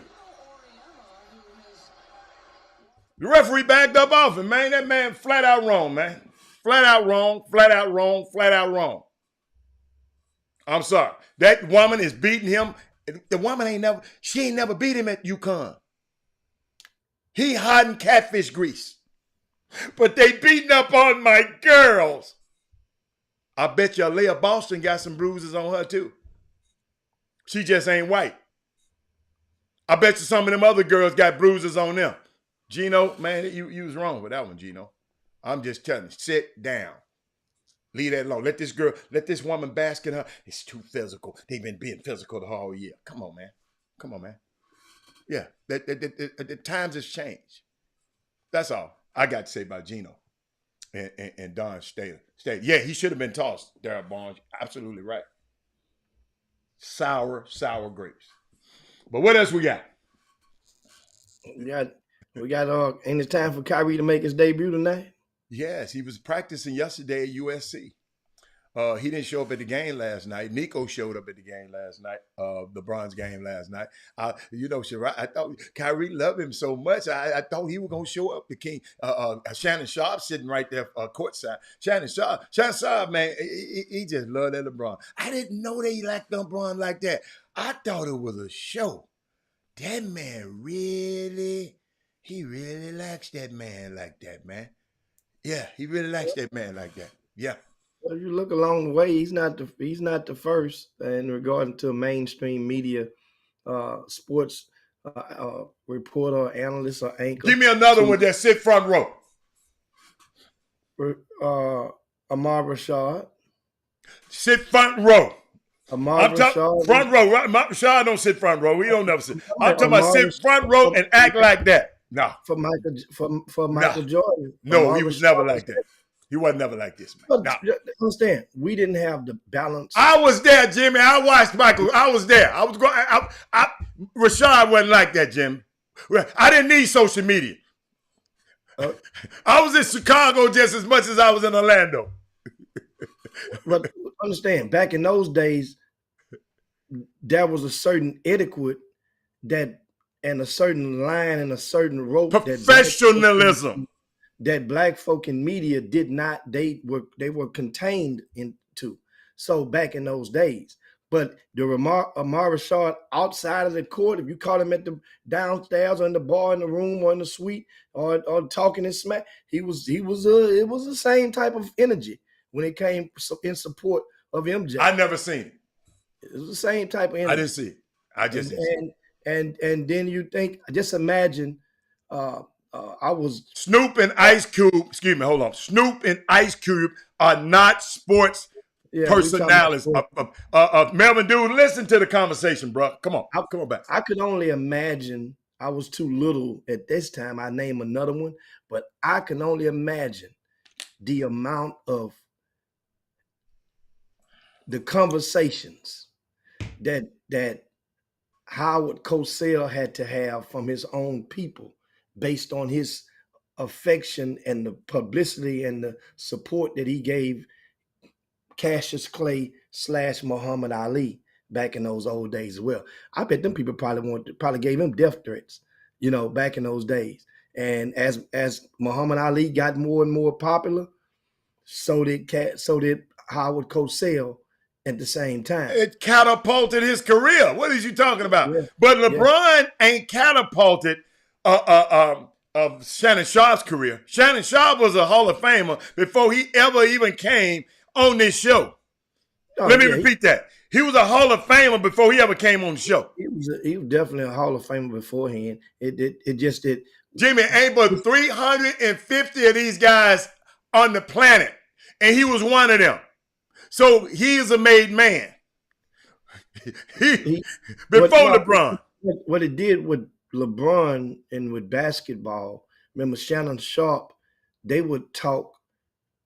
It gave him a pathway directly to be in a validation to be able to, as time went on, to speak basketball. Because they did a lot of football talk on the show early on. And then as LeBron and then his counterpart, Skip Bayless, would also, it made it easy for a lot of people because his antagonizing of not just LeBron, but so many black star athletes in the NBA. But that's how you get paid. And so it made Shannon had to take to embrace some of those, at certain times. And then and LeBron was one he embraced and never let go, especially when he moved to LA. See, him moving to LA is what gave open arms, because now Shannon Sharp get to see him and you got access to him. And start bringing the goat mask on there, start doing the goat jank and all that. I mean, this, hey, y'all, this information, hey, listen to me, y'all, this is this theater. What's the boy name? Skip Bayless. Bayless is famous because he always talking negative about LeBron. We got a couple of more out there. They made David Windhurst, probably a millionaire now. Windhurst, by covering LeBron. LeBron had made a whole lot of people that changed a whole lot of lives, man. A whole lot of lives. And guess who else in there trying to get in there? And Paula Draymond, somebody would call me and said, I mean, there's some people that know both of them. Said, man, they had to try. Draymond was trying to get to that damn game, but they know he would have been scrutinized because they got a game today. They got a game. He wanted to get to that game. That man, that Draymond got a fascination for LeBron out of this world. This the same dude who tried to kick him in his midsection. But they said Draymond wanted to be at this damn event so bad, man. You know, he went signed with Clutch. He had everything LeBron. I ain't never seen a player do that, Jimmy. This is a new era. I ain't never seen a player just suck off a player, just love a player from another team the way Draymond got this fascination with LeBron James. It's a different era out here, man. That's all I can say. It's different. It's different. But Shannon front row getting in an argument with people. I ain't never seen it like this. Want to fight, told dude to come back over here. I'm gonna whoop yo. I ain't seen that, Jimmy. Yeah. Ahmad Rashad did never even attempt to do nothing like that. He said, would Shannon be front row if not for the show? Chris Carter loved it, but tricked off. Would Shannon got enough money to be on the front row? Player, what is you talking about? All the front row, you got to have clout and money. They will sell you their tickets. Them front row, the people who got them season tickets, they'll sell them. They ain't giving Floyd, you know, hey, man, hey, Jimmy, they said Floyd had about $500,000 worth of jewelry on.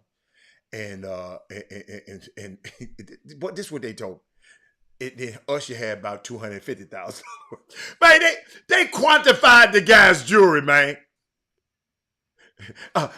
Jimmy, it was like cameras action in that joint. Hey, Nico was up in, like I said, Nico was up in there. But Kyrie said, no, I ain't going. Melo wasn't up in there. Man, I'm still thinking about this, man. Melo was up on the screen giving thank you, LeBron. But as much help as the Lakers lead, man, couldn't they use Melo? They went and got Rudy Rudy. Rudy.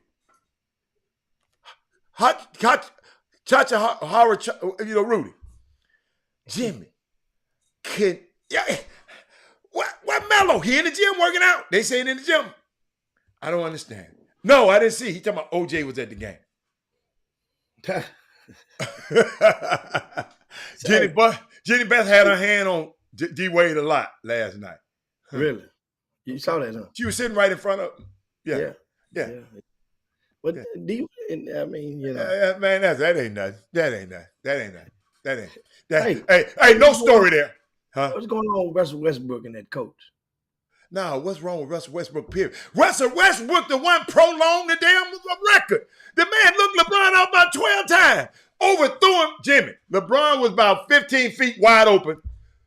Westbrook overthrew him 25 feet last night. What? He was like, man, y'all making it about him tonight, huh? Not about me tonight. Man, LeBron, that was the worst decision, son, you ever made in your life. Let me go to this camera. LeBron, that's the worst decision, sir. See, those the kind of things that I hold against you, LeBron. As much as I love you, I know for a fact that DeMar DeRozan said, man, I'll come with a pay cut. I just want to come back home. Magic said, I got it. Magic talked to him. LeBron said, no. I want Russell. I want Russell on my team. And DeMar DeRozan, Jimmy, ain't he All-Star this year? Yeah, he is this year. All-Star? Okay. All right. And Russell Westbrook will be 1, 2, 3 Cancun. He'll be, in Cancun or wherever, because I know he ain't coming to the All-Star game unless he got appearance from Brand Jordan. And Brand Jordan probably don't even want him on that trip. But yeah, that's weird, man. Russell, I didn't understand that stuff he did last night. Well, I mean, that's in case you missed it, they put. Here's the thing: where's the problem at? That means the Lakers. I mean, all teams have leaks nowadays, but something like that during the game at halftime, that ain't supposed to just get leaked this fast. Somebody heard Jimmy. They said it was allowed. It was in the hallway, Jimmy. In that hallway, somebody gonna tell it. If you can hear through them, if you know where the Lakers, you can hear. They said in the hallway, some people probably leaked, but they say you can hear everything from the hallway. Somebody even told me. They got to move Russell, and they only have Coach, 24 hours. They ain't gonna move him, Coach. They got 24 hours. No, Coach, they ain't gonna move him because they're gonna mess up everything. Because they're gonna have to give up something for him. They ain't got nothing. They ain't messing up. Jimmy, ride his ass out for 27 more games? Ride him out for 27 more games, Jimmy. Playoffs or not. Playoffs or not. They ain't gonna. The new guy ain't gonna make them make the playoffs. Well, it could help. You come on now. You only 2 games out of the 10th. But they lost again last night. You only 2 games out to play in. So there's that thing is wide open. Jimmy, the team that beat them last night, they neck and neck with them. That team is better than them. So maybe they need to get some of them players off that team then. No, that team was better than them last night. There's no Anthony Davis. Anthony Davis, man, didn't bust a grape last night in that Laker game. Jimmy, he never bust a grape. And they're on them. That team, this All-Star break can't come soon enough for the Lakers. And that's a good thing, because that way now they get a chance to just refresh. Because they're going to be dissecting them every day. Jimmy, for the rest of the season. Not no more, Jimmy, because the record been broke. Jimmy, this is the 13th and 14th, the 13th and the 12th team. We only reason we talked about them last night was the record. Well, now it moves toward wins now. See, that's what I'm saying. It's a whole different count now. Now Jimmy, the team is not good, no matter who. You don't have to be that good to make a tent. They're in competition right now, in contention for the 10th. Jimmy, they should have been inspired last night to win at home. Okay. What you think a Magic one gonna be waived and they're gonna automatically win? Did you see Anthony Davis last night? That's one of the problems. Okay, so therefore they need time. That way now it's time to just refresh the screen. they're in. What's refreshing would do? Tell me what refreshing would do. Cause help me. Sometimes that way now a guy can just go and just sit home or go in his house. You got a chance to go and go to his house, go meet with him, go put something on the grill. You got a chance to just have a come to Jesus talk with him. You got a chance to without they won't be on the road for 3, 4, 5 days. Of course, I don't AD, I mean, I don't know if LeBron, all those guys are going to actually go to how long they're going to go or if they're going to go into Salt Lake or not. I'm quite sure. LeBron got to go. Yeah, LeBron got to go. I'm talking about I was mentioning AD and I said no, LeBron, they ain't going. If you ain't in the game, them guys ain't going. Sometimes a guy might go through there just to, not no stars because he don't want to be worried. And so then another guy. How you gonna refresh going to the All-Star game? No, it's work at the All-Star game. Stars ain't going to no All-Star game. Them folk gonna wear the hell out of them. I'm just telling you I'm just telling you. I talk to him all the time. Keep going. So if just like I said, so if he ain't going to the game, he got a chance to refresh his screen, to refresh his mental screen in regarding to this basketball season. Jimmy been hurt the whole season. Can't he refresh when he hurt? And he's playing now, so he's on the road. He's back on the court. But half the season he been refreshed. They lose by 3 points last night. He only scores 14. So a refreshing would be good for him. Your teammate surpasses Kareem Abdul-Jabbar. And hold on, and you're the only player that's on the team that's sitting down. Why as he scores the bucket, you're the only one sitting down, not cheering. He don't care. That's why Come to Jesus is going to need. A Come to Jesus meeting what? I don't care. What can you? If a person don't care, they can be influenced to care. I wonder, was he at the party last night? I didn't see no picture of him at the party last night. Video of him at the party last night. AD. LeBron was at his wedding. Okay. No, that was then. This is now. Rod will say, where was MJ last night? That wasn't MJ record that he broke. The hell MJ gonna come to that for? Kareem was there. And then you realize when Kareem broke the Logos record, the logo didn't even show up to Kareem. Jim, y'all got to tell me, refresh. What the hell y'all mean by refresh? Because Landon said he refresh. Well, what are you finna refresh? Tell me. I just don't understand refresh. Because maybe it's a term I'm not getting it. Because maybe I just know a little too much. And I know what I'm talking about.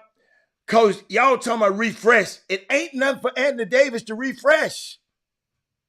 They traded away a whole damn team at draft picks for him. And you want to refresh him? They call him street clothes. You're trying to refresh street clothes? They refresh his mentally refresh. That's what I'm saying. I don't control him about his physical being and his health. I'm talking about mentally, the mental health component of AD. I mean, he's sitting there and sometimes when you can step away and you can sometimes some people, when they play basketball, they say they go and they don't watch no games for this, or they just tap out. So you just need to tap out and tap on back in. Take a look at this right here. I don't know if it's true. He said AD and Russ were not at the party. I ain't looked it up. I ain't even asked nobody yet.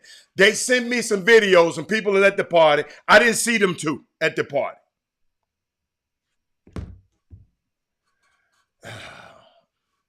That man said Michael Jordan was there. He was represented because Bryce and Bryant was wearing his shoes. Okay, he was there. Okay. But no, man, y'all can sit there with this streak. Yeah, I think y'all just holding out, think the Lakers just gonna automatically push a refresh button. I got a refresh button. Now, hold up. On my Apple computer, when I refresh my Apple computer, everything is good. But AD is not an Apple computer. I don't know what's going on over there. man, y'all can't beat the team that was supposed to be tanking. Lou Dort is not there. The little fella got hurt early in the season. The 7-footer, he got hurt. Y'all can't beat them at home. You got LeBron hitting 38 points. And you telling me Mr. 14 points need to refresh? Okay. All right. Okay. All right. Refresh. Refresh his mental. Yeah, his approach to the team, his spirit. Refresh your spirit. Okay. On the, especially, I mean, it's just not, it's not it's not productive right now. And so, and it's going, you'll see it. He's gonna get him. LeBron is the right person to get him and influence him to man, get you, that's what teammates do. You give him a pep talk. Hey man, come on, man. Let's do this thing. Why do somebody have to give you a pep talk? And you are a perennial all-star. You're supposed to be one of the best people in the league. I think they probably named you probably one of the top players ever. And I need some external motivation. I'm talking about from an athlete point of view. I'm not talking about, I need LeBron to come talk to me. Shit, LeBron talk to me all the time. I'm with Clutch Sports. The reason I'm here, I got with Clutch Sports. But I don't stand up for the Clutch Sports guy when he getting a hell of a compliment. I don't go to his party. But LeBron is about to refresh me. I'm going to go get some refreshment and LeBron to come talk to me. Man, y'all better connect the dots. Something, I don't know if he's hurting. I don't know what's wrong with him. Matter of fact, I really wasn't paying attention to him last night. I was looking at LeBron James the whole time. I'm serious, y'all. I'm going to go back because I taped it. I'm going to go back and watch the game. I watched the whole game watching LeBron James.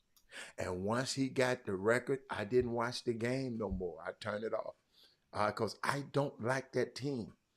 I think that team is terrible. I think any other Tuesday night, we wouldn't have been watching that game. We wouldn't have been, somebody called me, Robert, why did you stop the game? I say, why are you watching it?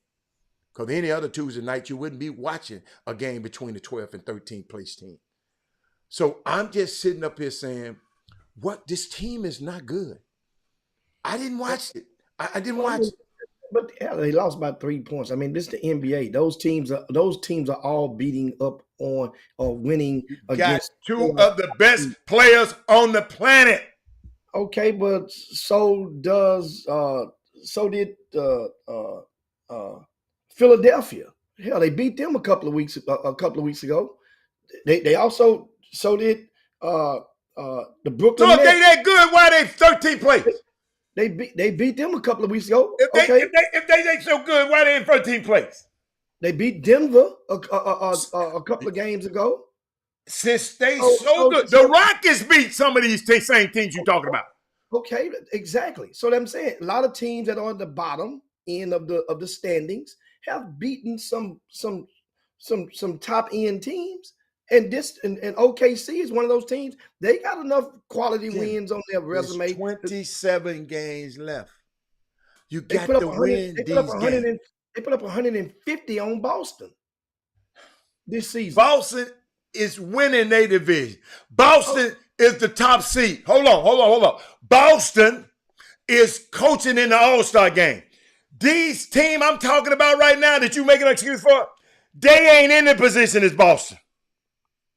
They need every win they can get. We're talking about OKC. The Lakers need every win they can get. You said OKC like the Lakers lost. That Lakers should lose to OKC. This team packs a punch, and I just gave you an example. OKC that lost 28 games this season, Jim. Okay, but some of the games we're not talking about who they lost to. We're talking about who they want, who they've beaten. They've beaten some quality teams. So that means if they can knock those teams down, they certainly can knock the Lakers down, who's already wobbling with a standing 8 count before they enter any game they enter. So that's all. So it's not like OKC is better than the Houston Rockets. So we're not talking, even though the Rockets have, you can count their quality wins on one hand that they have somebody against top 4 home court advantage Hey, postseason let type me, team. hey, Landon. Go read the whole article. Cause that shit you just put on, I ain't gonna even put it on the screen. Landon, do me a favor, go do your research before you put that stupid. I ain't gonna put it up on there. Just go do your research. You don't know what the hell you're talking about. Go read that article again. Go read that article again. Okay, back to you, Jim. I'm just helping him. Landon, don't go to tell nobody else what you just said. We're gonna excuse you today. We're gonna go excuse you today. But back to you. I sit there. I watched that team for 3 until he hit the shot. And I couldn't watch him no more. Lakers are I just can't watch him. I just can't watch him no more. I mean, that's just me. I look at the game different from y'all. It's evident. We see the game different. I couldn't watch another second of it. Not another second.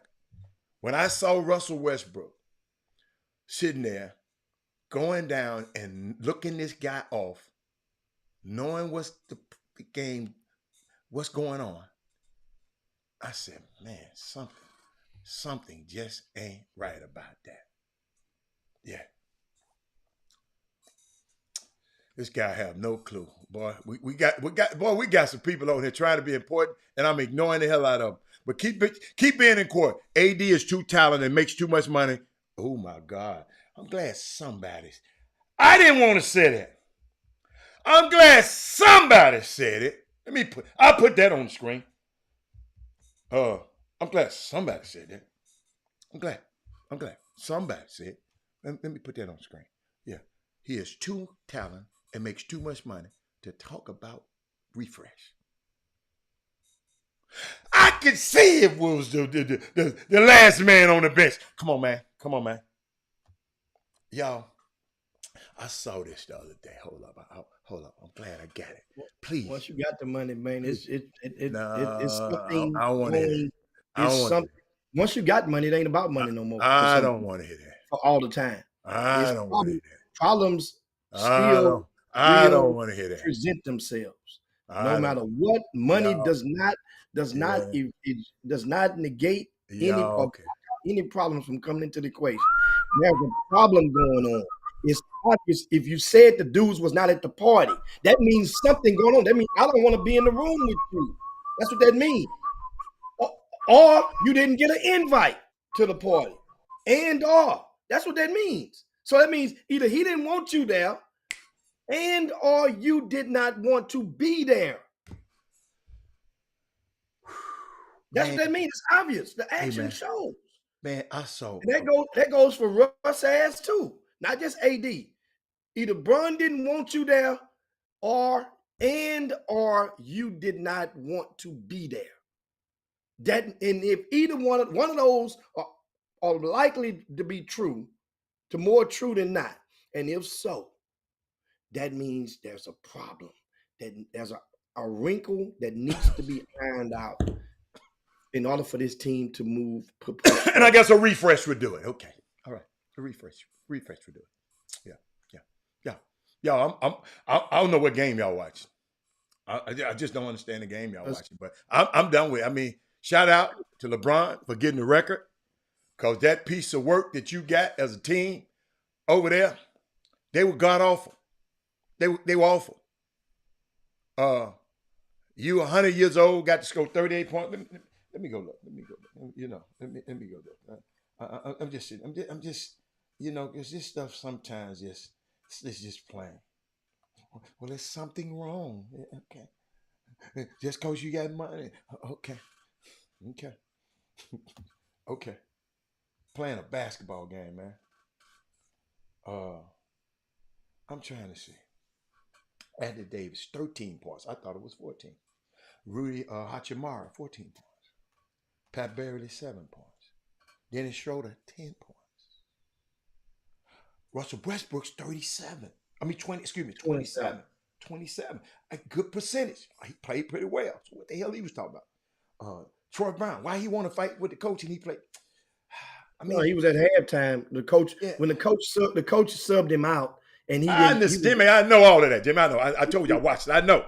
But I'm just saying, so what the that's what hell? that was about. You can. Oh my God. Uh, wow.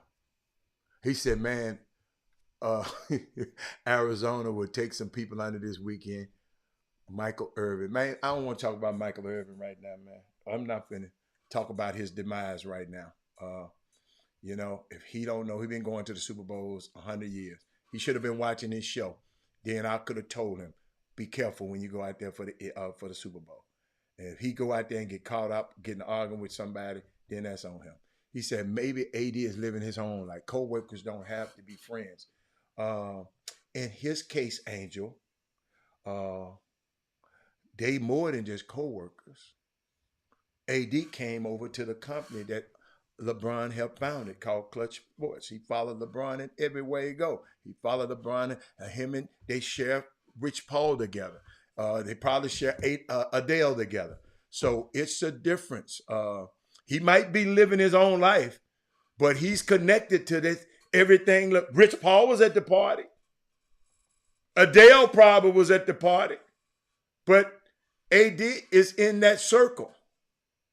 He's in that circle. I mean, and he said, I live in Arizona. He said, live in Arizona. He said, but he said he ain't jumping to no conclusion, but because they didn't go to the party after the game. Yeah, and you're right.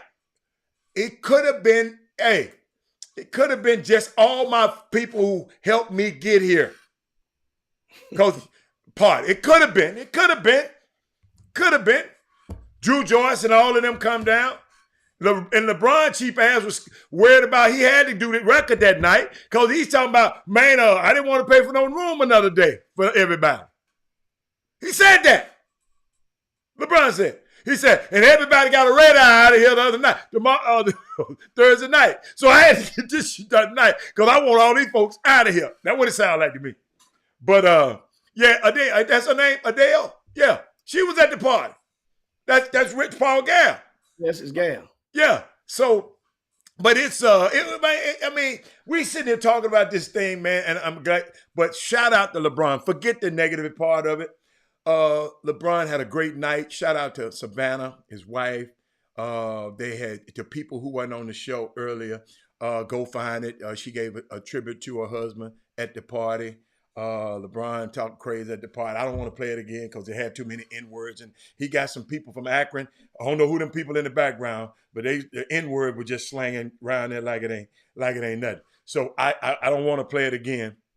But y'all can go find it. Just Google LeBron and at his party. You'll see a lot of that stuff. So, but he said, true. He said, I'm speaking more of the off-court stuff. I don't buy the teammates have to hate each other. I understand that. Something going on with LeBron and them and their team, man, for them to keep. Or either I'm just thinking, and y'all keep combating me. I just don't think they're that good. I always said that, and people keep. Well, they ain't but 2 games out of the 12th play. I just don't think this is just a great team the way it's constructed. They got great players, but I don't think it's a great team, a good team, the way they're constructed. I'm talking about the way they constructed, and that's just mine. That's just me. That's just me. Because I'm looking at other teams, the way they construct it. I can tell you a losing team. All I got to do is look at the roster. I can tell you a losing team. But that's all I want to say about LeBron. Shout out to them, though. Yeah. Kyrie said he felt disrespected by Joe signing them up there. You understand me? Duh. You disrespected me. They felt disrespected about from Kyrie as well. What Kyrie do to them? Well, when they went through the COVID situation, and he just didn't take the vaccine, and he was proven right about the vaccine, and the way that the manner for which he done it. Remember the manner for which he did it, and that was kind of like to them and put them on the spot a couple of times. Basically, when he first came up in there, first of all, you walked in the door, basically saying we don't need no coach. So you disrespected their decision-making process from the get-go when you walked in the door. He walked in the door. Hadn't even laced up his shoes yet. Oh, man, you looked in there, peeked and saw, what his name? Who's the coach? The point guard. Steve Nash. Steve, he looked over and saw Steve Nash. It's all shit. Hey man, y'all come here, man. We don't even need no coach, y'all. I mean, he just felt he didn't need no coach. Well, what else he do? He ain't do nothing. But but I understand though, that's a slug at the decision that the boss who hired that coach hadn't even coached the game yet. And you basically saying, hey man, we don't even need, that's saying that they picked the wrong guy, which you proven that Steve Nash ended up losing his job. He was a pawn on his chessboard, but he wasn't the only one. And that was horrible. And the guy Sean Marks pretty good to me. A lot of people talking about Sean Marks. You know why I like him? I'm gonna show you when they talk about good GMs. Let me show you something. That man got Cam Thomas with the 27th pick, and I might be wrong, but he got a Claxton with a second round pick, and those guys are starting. When a GM does that moves the needle for me. When you go recognize talent, this Camden hit 40 in all three of his last 3 games, Jim. He had 44, 47, 43 last night. He was 27 pick. But Kyrie, I don't think it's as bad. I gave y'all my spiel on Kyrie a long time ago, but then when I find out certain other stuff about this situation, I felt they disrespected him.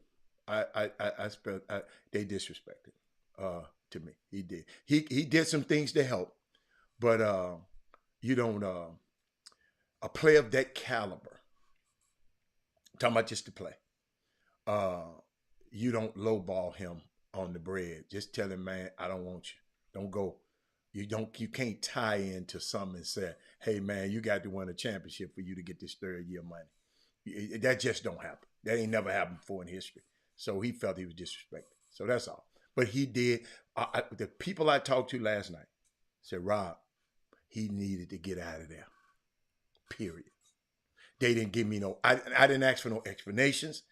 I know everybody want me to. He said, Robert, he looked me straight in my face and said, Robert, he needed to get the hell out of there immediately. So that's what happened. It was bad. It was a real, real bad situation. So guess what? Now, guess what? Luka said, go get him. I need him. Luka, guess what Luka said? I'm up by 8 sometimes. I go get me a drink of Gatorade. And by the time I come back in the game, we're down by 8. I got to help me some help, Nico. Jason, I need some help.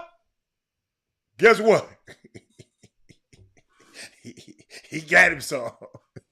I don't know how many times. Hold up. I don't know how many times he might be late. I mean, not late. Might not show up and go to the sister party. But when he show up, Tyree a bad dude, man. You know what, Jimmy? I'm kind of lacking Kyrie. I don't know if y'all have noticed. I'm lacking Kyrie now. Maybe just because he with Dallas. Maybe. Y'all got to I tell y'all all the time. It's relationships that matters to me. It's relationship. Yeah. They saying that on the wire that the Lakers are still, they're now talking with Toronto and Detroit. They're going to the bottom. They just trying to get him up out of there. It's a problem. It's a wrinkle. We talking about Russell Westbrook. They are trying like hell to move that contract before and Jimmy, it's a good contract because it's an expiring contract. It's the last year. Don't nobody have to deal with his ass no more after this year. Oh, it seemed after you gotta realize, man, that's insubordination, which it happens a lot. All a lot the time, of Jimmy. They talk crazy. Players in the league, it happens. Yeah. But in this situation, an incoming guy, this isn't the first time. See, that's the thing. This isn't the first time that Russell Westbrook has presented this type of behavior towards Darvin Ham. Remember the man benched him in the fourth quarter back in the season, early in the season, a couple of times, and Russell Westbrook expressed his displeasure back then. Coach, you do every coach like that, Coach. So it's I'm saying though, but at some point it becomes a hindrance to the chemistry, it becomes a deterrent. It becomes, and it's one of those things whereas somebody on the team might have Russell's back, and somebody on the team might have Coach Ham's back. So now that splits the team. I don't think it's just him and Russ Coach Ham. Just from my knowledge, it ain't just Russell. Russell. It ain't just Ham. Russell Russell's just common denominator. He's a common yeah, denominator. everybody, man. Russell. And they, let me tell you something. So, Man, you and can get. think about it like this, Al. If they're talking with the Detroit and Toronto, right? Toronto trying to get rid of some of their folks, though. They trying to get rid of Van Fleet. No. Yeah, Van Fleet Yeah. is one of the, which a guy that they can use. That means if you're getting Van Fleet, that means they don't need one of those. But then other Little guys. Ugly and Van Fleet play the same. Which one of the uglies? They got both of them now, 1 and 2. Oh, they got two of them. I mean, excuse me, y'all. I didn't mean that. They got two of. You're right. They got yeah. Which one of them? Wow. This man come on talking about gig 'em, baby. Oh my God. What she stay where he at? Where he was. Russ is a type A personality that wants to do things his way. This man come up here with type A personalities. Wow. This is the Chop Shop, man. Keep going, Jim. So, hey, you know what? Tell me something, man. Why they want to get rid of Van Fleet then so bad then if he's so great? What? Masai Ujiri said, man, we done wrote all we can with your little ass. You know, trying to unload some space now. Yeah, because he signed for a lot of money. Yeah, you're trying to unload some space. That's all. You know, it's time. You've won a ring. You're playing with house money. Yeah. Right now. You know, it's you've had your day. You know, so that's all. You know, people in Toronto, they cool with it. You know, and tell me this. When is the last time that a college basketball team was ranked number 1, lost, and they lost and still remain number 1? I didn't look it up. I know Thaddeus Moody, Kevin Freidman. You know, they're my resident paralegals in the Chop Shop. I'm just curious. I'm curious to know when is the last time that happened, because it just happened the other day. It just happened. And understand, number 2, the team behind them didn't lose. Jimmy, Well, think about what you're saying. Think about what you're saying. You asking the wrong people. I haven't even heard none of the talking heads who cover college basketball talk about it. I ain't heard Rothstein.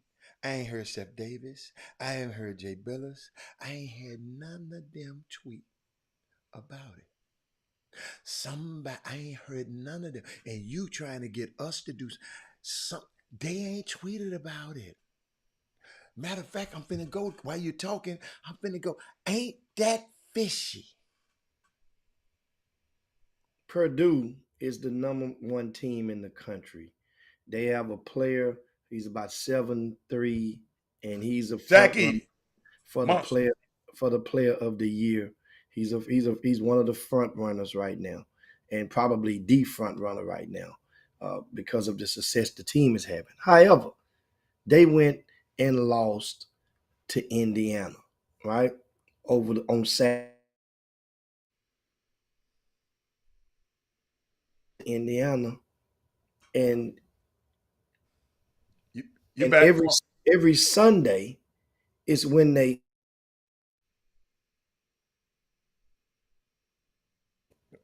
take the votes, and mind you,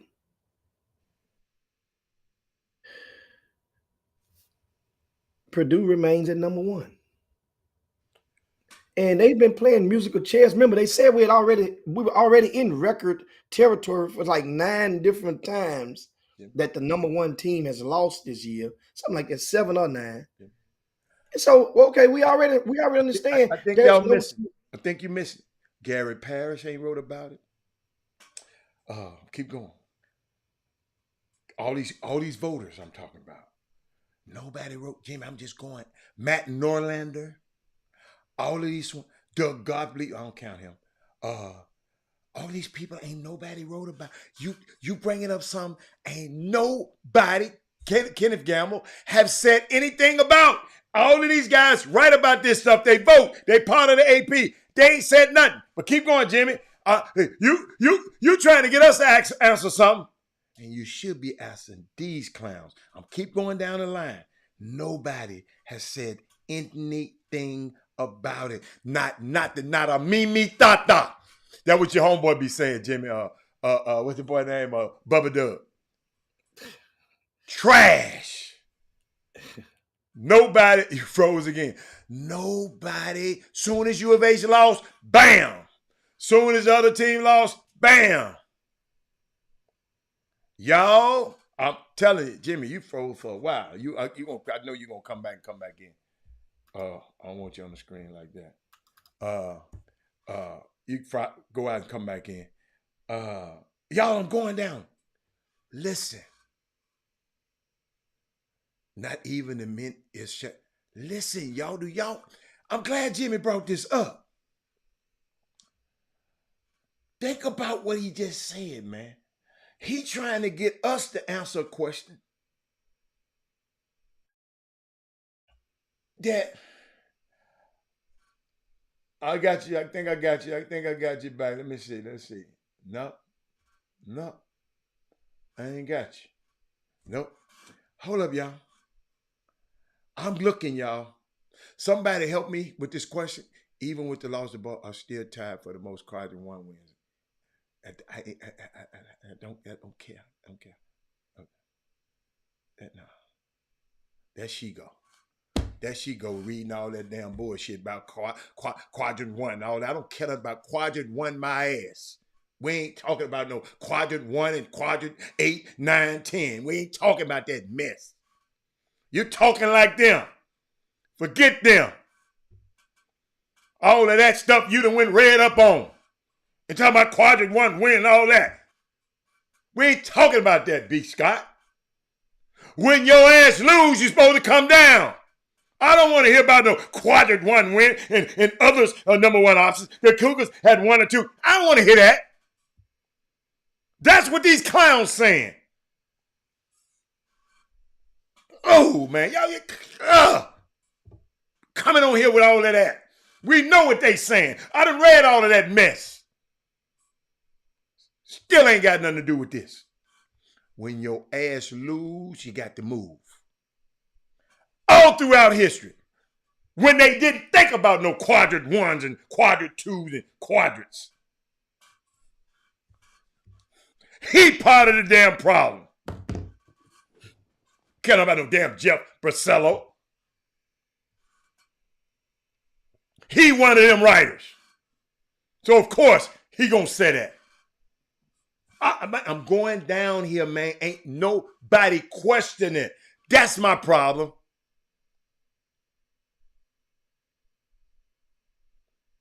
I'm keep going. Now, one person said this. Because they got the guys like Gary Parrish. I mean, who's he talking about? Jeff Borzellos. Of the other number 1 options, the Cougars are 12-1 against 12-1. But they're only 2 wins with St. Mary. They protecting this. Thank you, Trey. When you lose, you got to move. No matter how many quadrants. Hold up, man. Y'all, listen. Nobody has wrote about it. Let me look up. Oh, Jeff Borzello. Hold up. Jeff Borzello. See, she'd have made me look up Jeff Borzello. Yeah, I got him right here somewhere.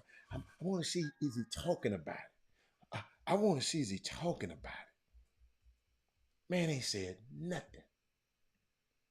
The man ain't said nothing, Jim. There you go.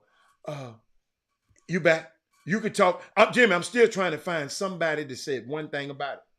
Now, hold up, Jimmy. B. Scott.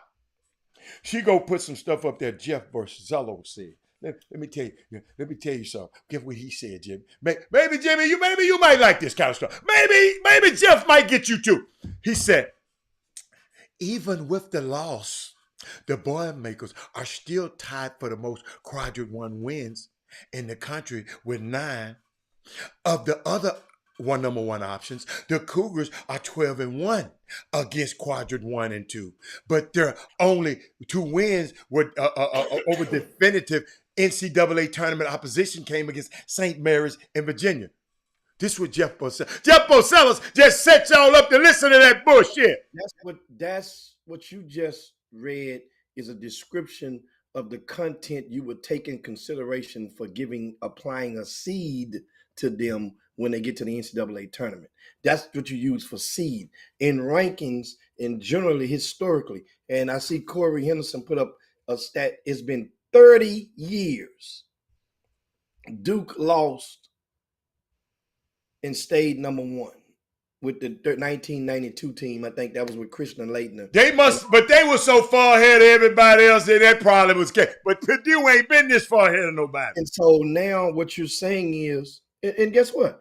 See, I don't have a problem with it if you are consistently doing it like that. That's all I'm saying. Jimmy. But you're not consistently doing like it. It's almost like, well, U of H done been there twice. We don't want to get them the shot again. Well, it ain't U of H fault that not that number 1 and number 2 are Tennessee and Purdue lost. That's not U of H's fault. So now you going out of your way to punch them, because here's how it goes. You're saying if I put U of H back in front, then they might not never lose the rest of this season. They're going to mess and they're going to be number 1. They're going to mess it up. They're going to mess up the money.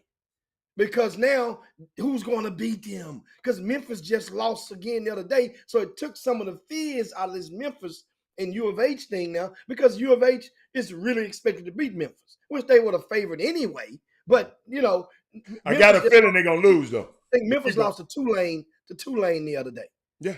Right? So it kind of throws some of the fears out. No, not to them.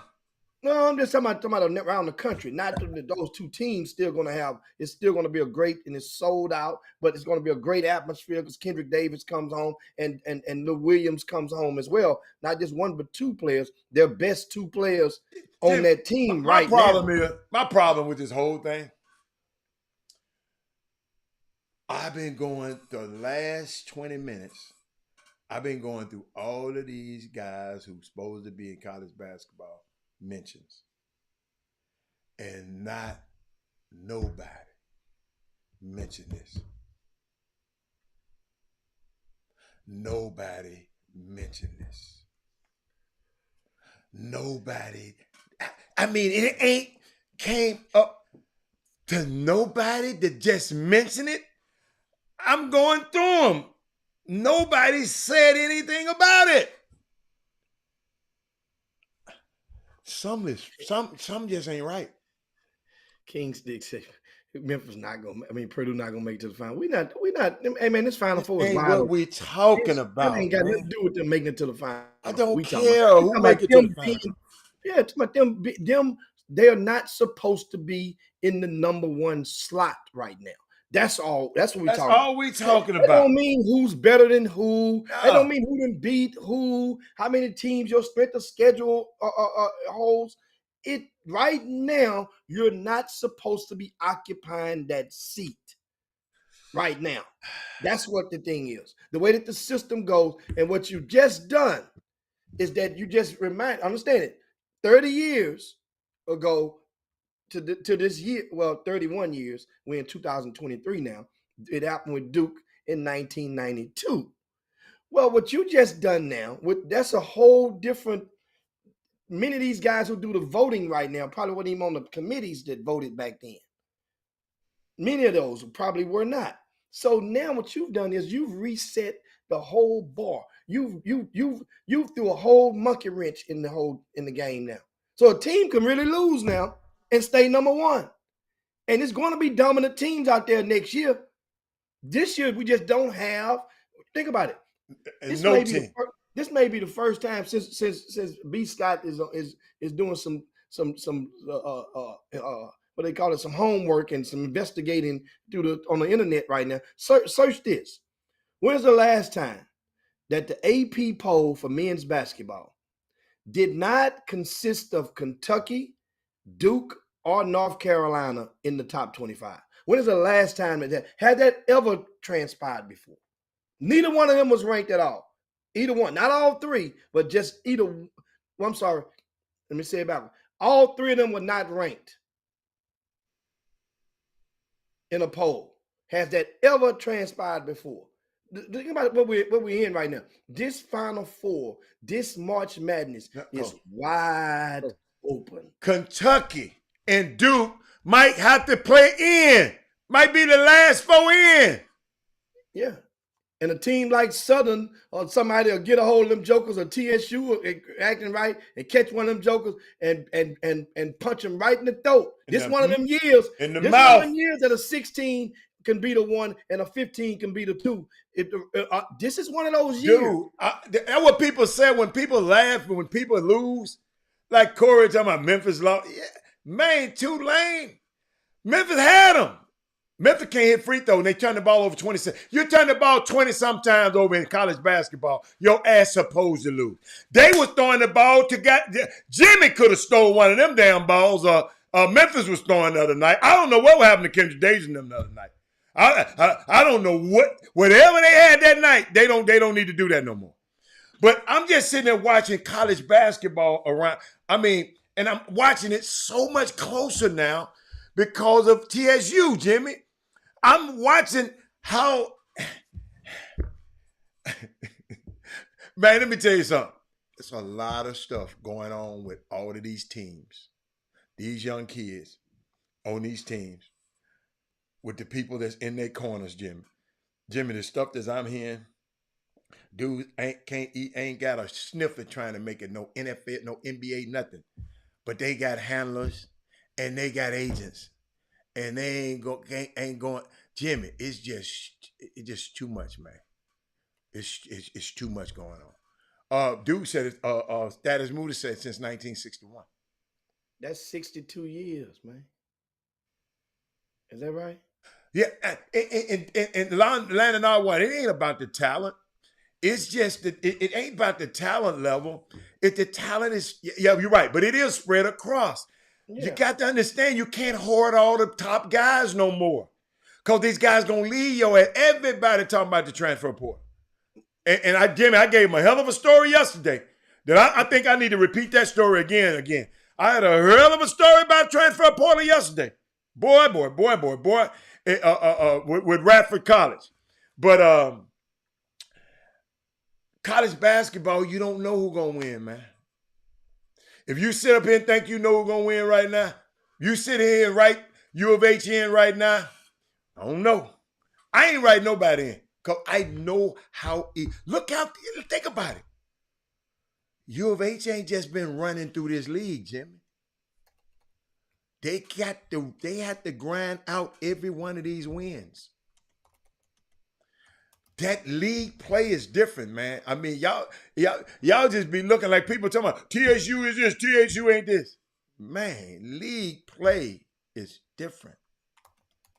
League play is different. Guess what? Get a chance this weekend. Where to go? Jimmy, we go to Southern. Hey, Jimmy, we go to Southern this weekend. So you got the Southern and Grambling in 2 steps. We go to Grambling and Southern. Then somebody told me they far away from each other. Yeah, they are. Damn. Okay.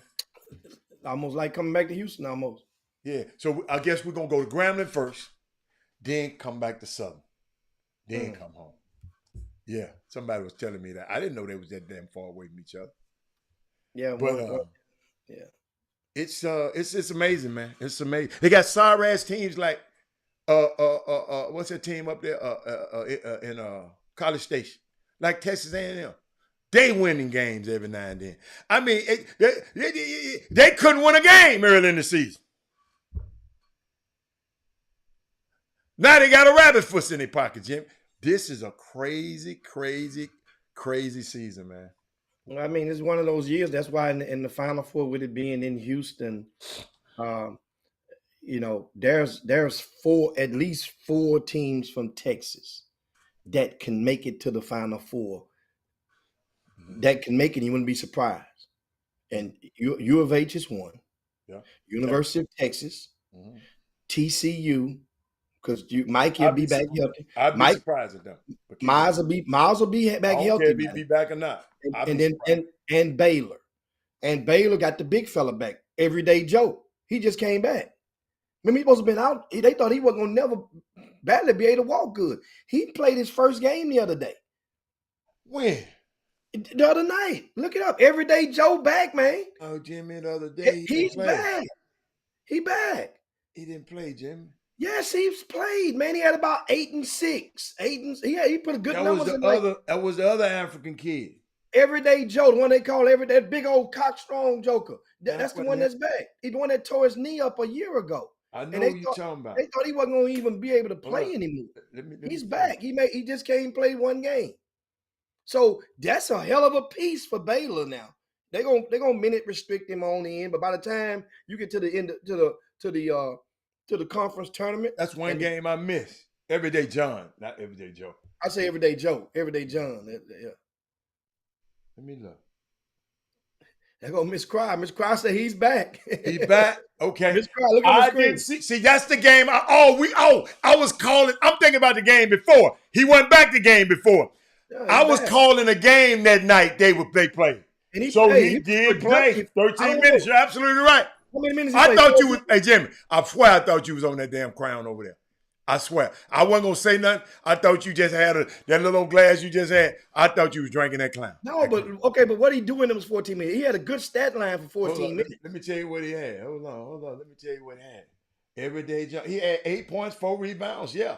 75% from free throw. Shit. Yeah, that's good. I didn't know he was back. So that gives this man said my sleep is Charleston.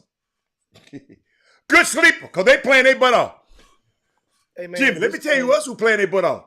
I wouldn't have never thought I'd say this. Florida Atlantic. Florida Atlantic. They're balling out of control. They ranked. I know what I'm saying, but I ain't paid attention to their roster or them, you know how it is. Hey, Mika, how many games he done played, Mika? Because he didn't play. How many games he done played? I think he done played one game. This man talking about he done played several games. Thank you, Mika. God, man. Darryl Barnes, man, go back to whatever else you was doing today, man. Darryl Barnes gonna release you. Him and you, y'all think, man, that man done stole your bottle of crown. You better go check and see your crown now. He only played one game.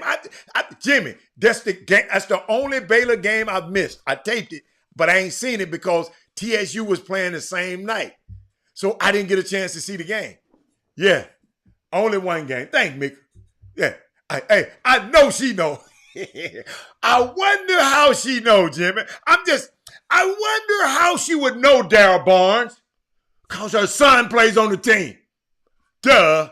Jimmy, what else you got? Get us out of here. Yeah, man, that's somebody he played against her. That's one game, Darryl. One game. Yeah, Jimmy loved that crown, man. And I thought he had sipped a little bit too much this morning. I was looking at you. Thank you, Mika. Mika, you talked me off a ledge. Because I said, man, Jimmy he had him one. He had him a cigar, some crown, and something else this morning. But no, you was all right. Darryl Barnes got it. Darryl Barnes got it. Don't forget, guys, you can go over to rcssports.com. Go to that website and get your fix of what's happening around Greater Houston in the high school basketball ranks. We'll talk some high school basketball on tomorrow. Also, what's happening in high school basketball? Anything interesting?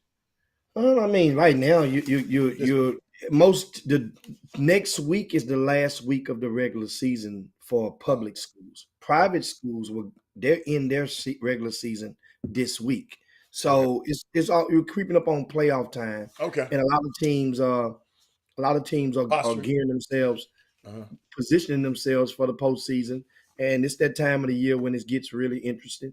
There's a lot of, I always like to see some of the surprises. I'll let you guys know some of the teams that are surprises right now. I might give you guys a list of about of a few coaches that coach of the year candidates, like, and some of the players who's been the most consistent in the area. I'll share some of that with you tomorrow. Also, what else? What else I had for you guys? There are some games around the area tonight. You can check out the top games to see which will take place this evening. Also, out of I think little fella we talked about him last week, and I want to remind you guys and reiterate. Look, the 12th grade kid from Madison High School, Mason Allen. You know that's Marjorie's son, and Mason Allen, he's about 5'11", about 5'11", and this young man had no offers, no interest when the season started. He's been balling. He's had a couple of multiple games where he scored over 40 points this season. You know, um, he can shoot. The balls have been going in the nets. He's been when he get hot, that line is on, and it doesn't take but one school, one college coach, head coach, to really, really like you or believe in you or think he can help develop you into one of his types of that can help a player that can help him get a pay raise. And Jacksonville Junior College, their head coach is from Houston. His name is Louis Trescott. He was a star at University of Houston and he played at Nebraska back in the days. Louis Trescott is the head coach at Jacksonville. He offered this young man a scholarship, Mason Allen, and guess what? I always preach all the time. Al, you hear me preach to people. Hey man, you ain't got no offers. Don't play around with these offers. If they come, and they come in, and guess what? The parents call me and they say, "Can you check this and check it and kick the tires on this offer?" I'll call the head coach and make sure, hey, Luz, is this a real committable offer, or are you just trying to somebody call you trying to help them do a favor? We need to know this because I don't need you playing with this one right here. This is like family.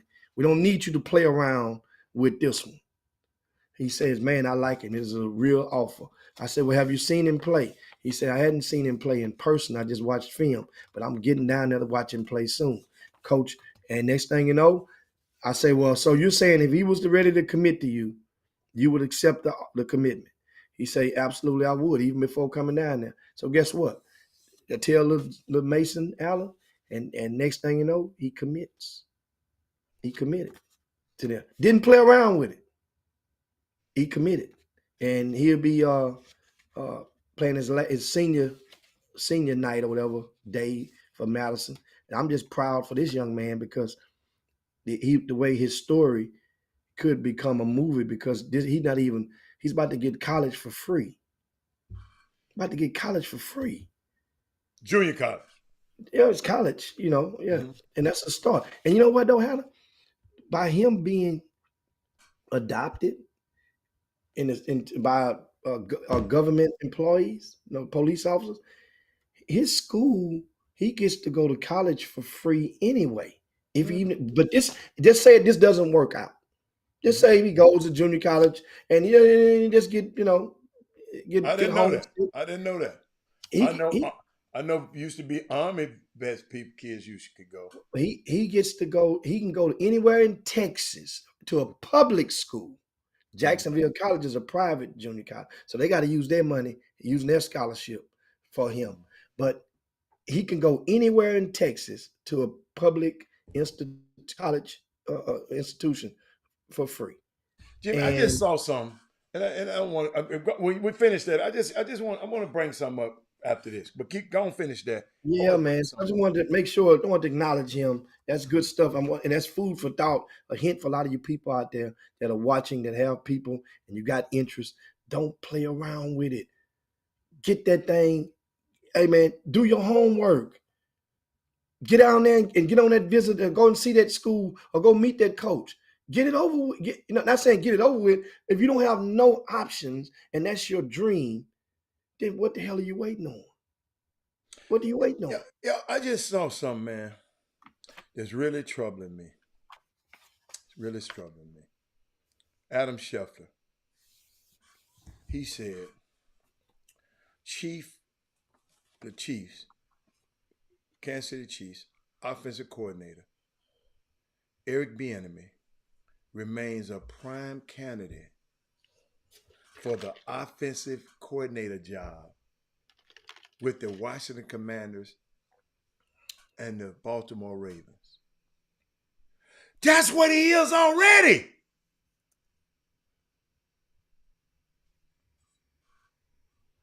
Do y'all see what this NBA? Listen to me. Eric Bieniemy has been the chief offensive coordinator and play call for 5 years. Their rank in total offense in them 5 years, I got to give y'all this right now. 2018 first, 2019 fifth, 2020 first, 2021 third, 2022 first. And you offer him a lateral job? So I guess he can interview good all of a sudden now, huh? No, I ain't with that. I mean, remember that was what that was one of them myths that they leaked out there on his back before. So I guess that. So he's good enough. He's good enough for those spots, huh? It's unfreaking believable, man. Unfreaking believable. This NFL, man, it's terrible, man. Let me get out of here because I got to get out of here. It's time to go, man. You got to get on. You guys, be safe out there. Make sure you share the show on your way out the door. Now, you guys, share that show one more time on your way out the door, and we'll be right back at you. I see Darryl Anderson just snuck on in here selling the 7 C's, and he's breaking down the topic we just talked about a while ago. But anyway, guys, we'll see you guys on tomorrow. You got to get up out of here. Make sure you get over. Don't forget, next weekend we got the Middle School City Championships. That thing is going to be rocking over at MacArthur High School and the 9th grade center, which is across the parking lot. Go to rcssports.com. Check out the list of teams that are entered.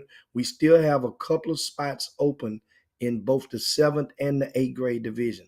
Check it out, and it's going to be awesome. You don't need permission from your ADs, from your principals to play in it.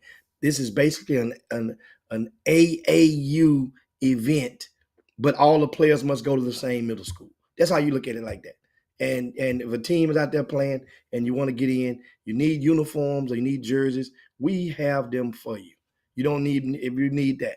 But anyway, it's only for teams that have won or finished second in their respective districts. We're waiting on Beaumont, waiting on Sealsby Hatter, waiting on Galveston, waiting on all those teams down there that ain't checked in yet. We want to see what you guys working with. Who's the best middle school team in the area? We're going to find out February the 18th and 19th. But anyway, for Robert Hatter, this Jim Hicks. We up out of here. Peace. It's the Chop Shop, baby.